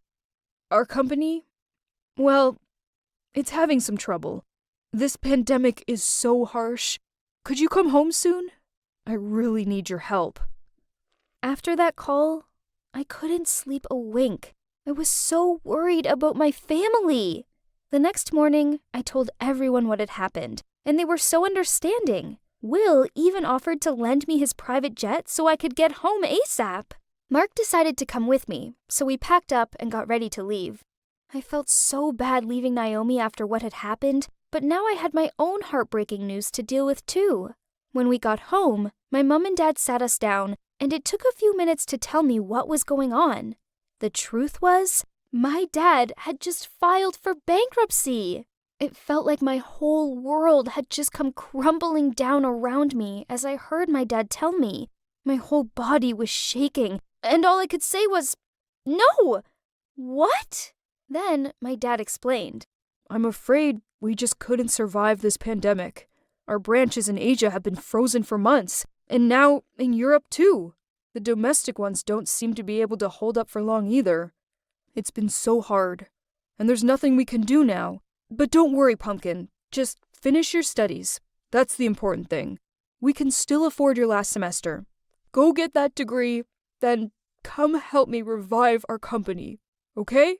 By the time he'd finished speaking, he was choked up, and we both started crying as he reached out to give me a big hug. I had to be strong and push through my last semester and graduate, no matter what. But it wasn't going to be easy. The news was already out. It was all over the internet, and even in the newspapers. Everyone knew my family had gone bankrupt, and I felt like all eyes were on me everywhere I went. It was so stressful, and I knew people were whispering about me. I was nervous to go back to the investment club, aka the rich kid club, because I knew they'd look down on me and my family now. And they did. Now they made me do tasks that only newbies had to do, like collecting data and stuff. One time we had a team meeting, and Mark needed someone to be team leader for the upcoming project. Who do you guys think will be suitable for this task? Mark said. To be honest, I didn't care. My head was elsewhere, worrying about my family's situation, but I quickly snapped back as I heard a girl mentioning my name. Anyone but Louise, because obviously, her family's company is dead. We don't want her to push us into bankruptcy too. Everyone laughed, and I was so humiliated. I almost burst into tears in front of them all and had to clench my fists and bite my cheek to stop myself from embarrassing myself even more. Suddenly, Mark slammed his fists down on the table and told them off. I was so grateful to him, but at the same time, embarrassed. I felt so vulnerable all of a sudden. But at least I had Mark. He was the only good thing in my life at that point. Even though he was my shoulder to lean on and we told each other most things, there was one thing I'd been hiding from him. Ever since we got back from the cruise, I'd been receiving hate mail. At first, I thought it was just some kind of prank, but now it felt serious. I was too scared to bring it up, as I didn't want to make the tension at Plutus Heights even worse. Things between Jeremy and Naomi were awful, and Naomi was moving out. So the last thing everyone needed was to hear about my hate mail. It started with a letter that said, "What are you still doing here? You don't belong with the rich kids anymore." Who would say this to me? I didn't want to suspect any of my friends. I mean, why would they say that stuff to me? Plus, the message was made up from cut-off letters in magazines, so I couldn't even base on handwriting or anything to tell who it could be. That continued for 2 or 3 more times. Still, I tried to ignore it. But one night, after an exhausting day at school, I threw myself onto my bed and picked up my favorite book. But as I opened it, a letter fell onto me. More hate mail! This one said, "So you're still here? Becoming a gold digger now, are you? We all know you can't afford to live here, and no one likes you anyway. So get your poor ass out of here. You're ruining our reputation." That was the cherry on top. I already felt stressed at college from all the gossip, and now I didn't even feel safe in my own home. This wasn't a home anymore. I immediately got up and packed my suitcase, crying as I did it. It was simple. I'd just leave. I hoped they'd all be happy now. It was already late, so everyone was in their rooms. I couldn't face seeing them, so I dragged my suitcase as quietly as possible downstairs to leave the house. I didn't even think about where I was going. I just figured I'd get out, find a cab, and go stay in some motel near the campus. As I was walking, I heard a car honking from across the road. Lou! Hey, Lou! Is that you? What are you doing outside this late? I turned around and saw it was David, and as soon as he saw me with tears streaming down my face, he leapt out of the car and came running over to me. Hey, what happened? He asked me. "I'm leaving," I told him through tears. "That's what everyone wants, right? I'm sorry I bothered you all for so long." He looked confused and said, What? Who wants that?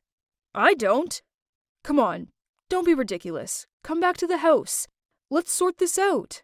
I refused and told him to leave me alone, but he'd already grabbed my suitcase and then he grabbed my hand and made me get in the car.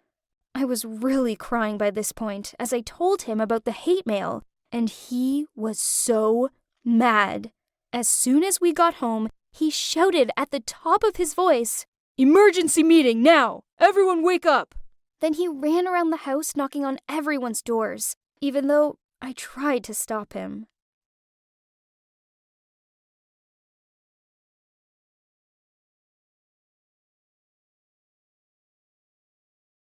My precious Sunday is ruined because of my not-so-precious sister, Emma, who insisted on dragging me to church for some sister time. We walked in to see the priest rushing over. "Welcome in. You must be our new member, Janet." Whoa! Just then, the holy statues nearby all fell over and shattered to pieces. It's a bad omen. She's a jinx. No!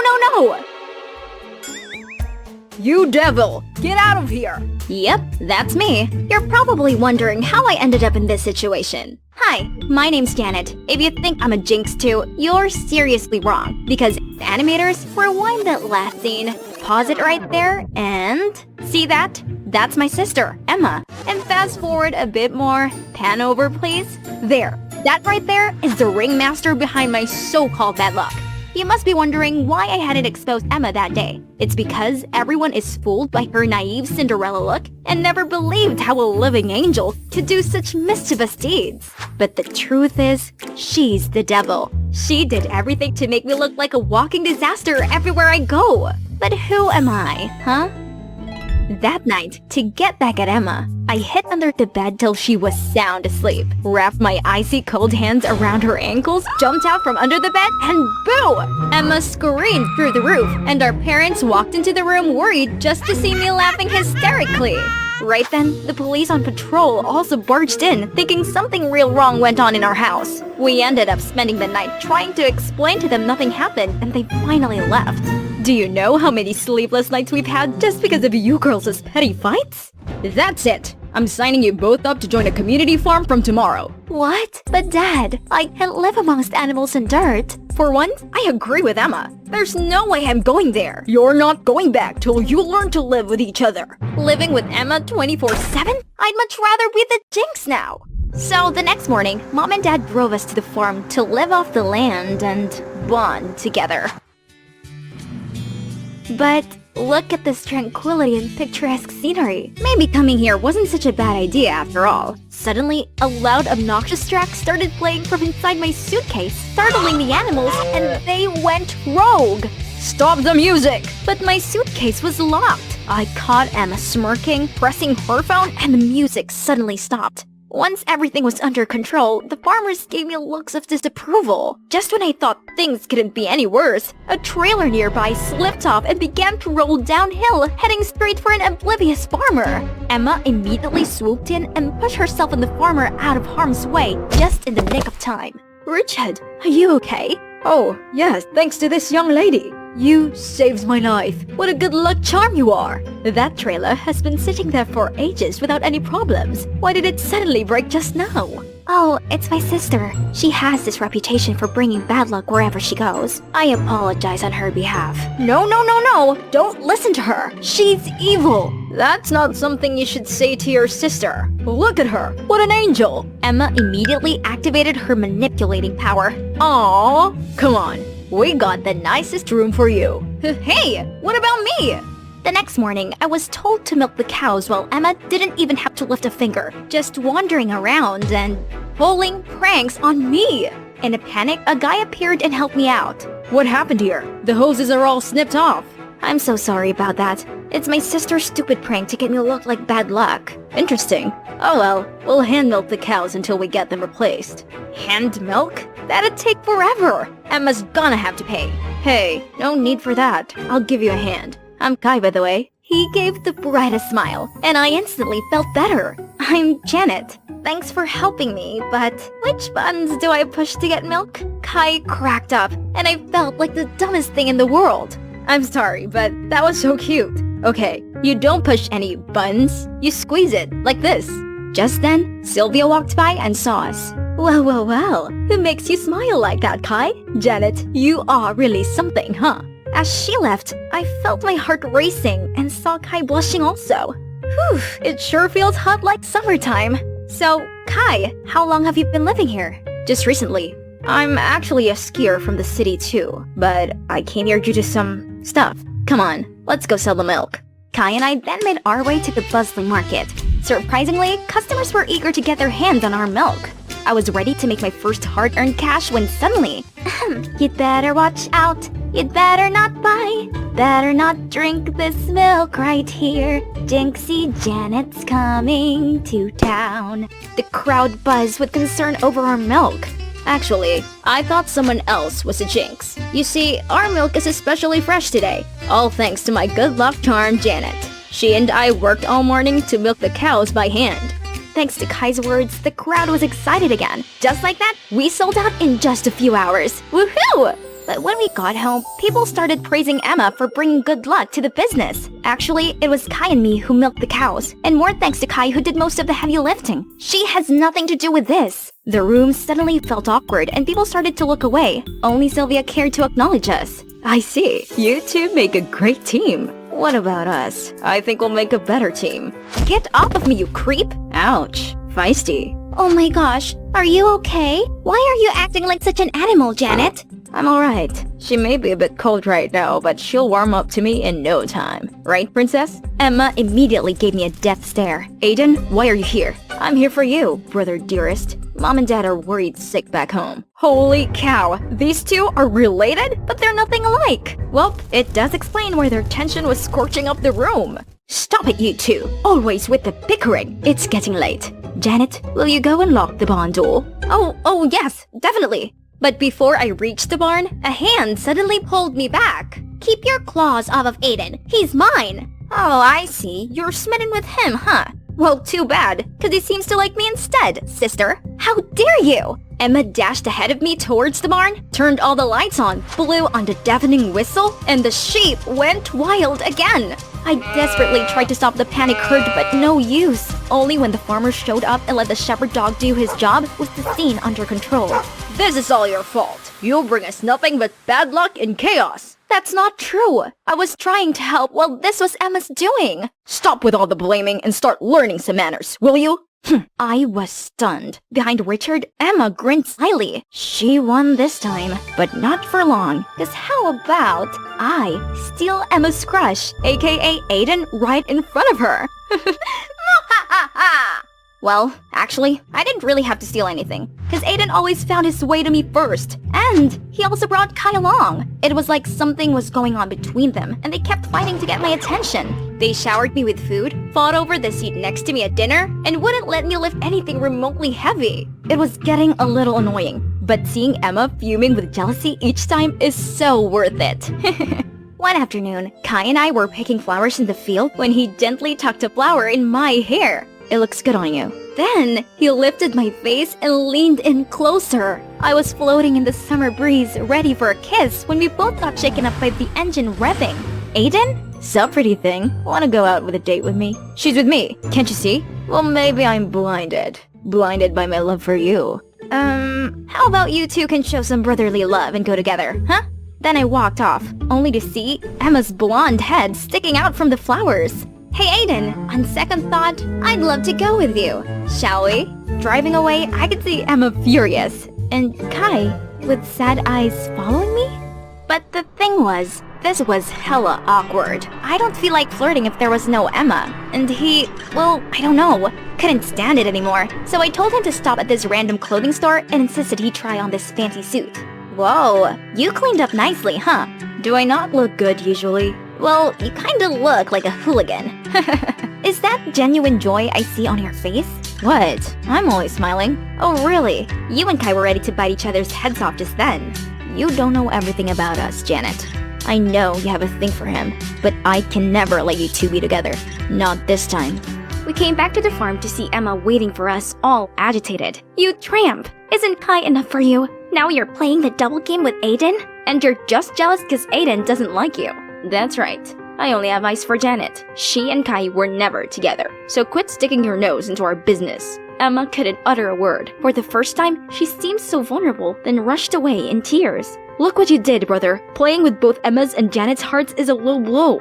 You're one to talk. Wasn't the thing with Tina your low blow? Tina? Tina who? Tina was your crush. I had nothing to do with her. It's about time you get over that. That's not what Tina said. She told me you flirted with her, and you abandoned her when she's falling for you. She lied, okay? She wanted to use you against me, and never once reciprocated her obsessive behaviors. I just want to leave everything behind and enjoy my life here, with her. So Aiden, please, just let us be.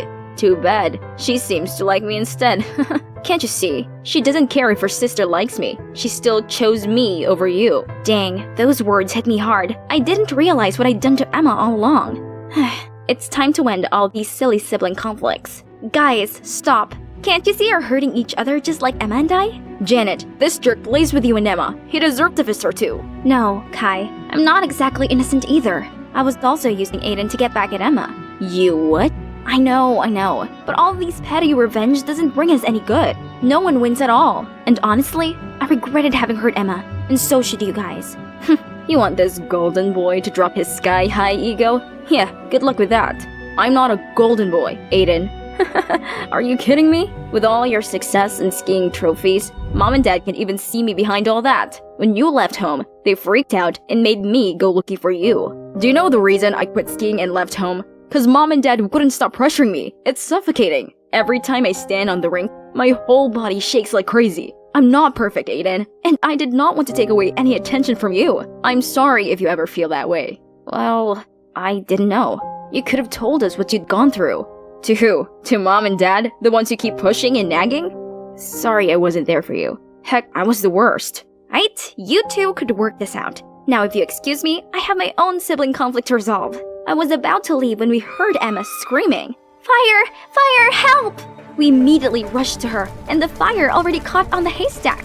It was spreading fast. I accidentally knocked over the oil lamp. What do we do now? You go call the firefighter. Aiden, you go get everyone here. Us two, we will go get water. Go, go, go! Kai and I tried our best to pour bucket after bucket of water, but it only stopped the fire from spreading, not put it out. We almost exhausted ourselves when the farmers arrived along with the firefighter, and luckily, after half an hour, everything was under control. Phew!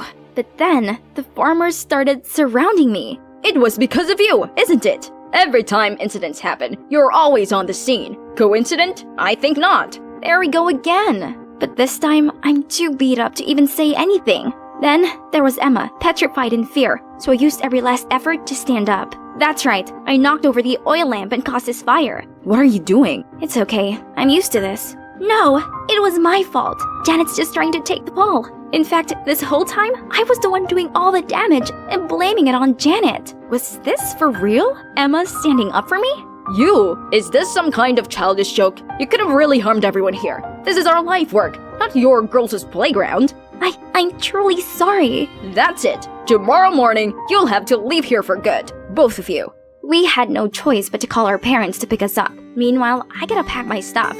Hey, I know I've been mean to you since forever, so why did you still take the blame for me? I'm just tired of petty fights. Besides, I feel bad for stealing Aiden away from you. I don't have any feelings for him, and I don't think he falls for me either. I just wanted to mess with you. I figured. I actually heard what you guys were talking about before, and it hit me hard. You know, I used to enjoy being the only child. Yeah, no kidding.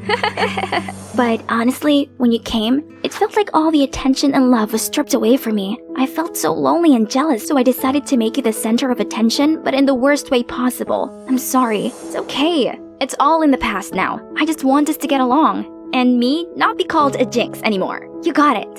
The next morning, our parents arrived all angry. We were so ready for a long-term grounding. But once they saw us holding hands, they were pleased. Honey, I think your plan worked. I knew it. You two can be little troublemakers, but deep down you still love each other. Come on, let's go home. Can we just wait for a few minutes? I don't want to leave without saying goodbye to Kai. But what took him so long? I gotta get going. Then Kai finally showed up. Wait up! I rushed out of the car and ran to give him a big hug. I thought you wouldn't come to say goodbye. How could I not? Especially when you forget the most important thing. Really? What is it? It's me, you silly. Oh, you're coming back to the city? Yes, I have a reason to be back now. To the city, to skiing, and what is it? It's you. Suddenly, a tree fell over right beside us and crashed the mailbox, causing all of the mail to fly out. You really are bad luck, aren't you? Hey, that tree was already rotten. And don't you think that it barely missing us means I'm good luck? I'm just kidding.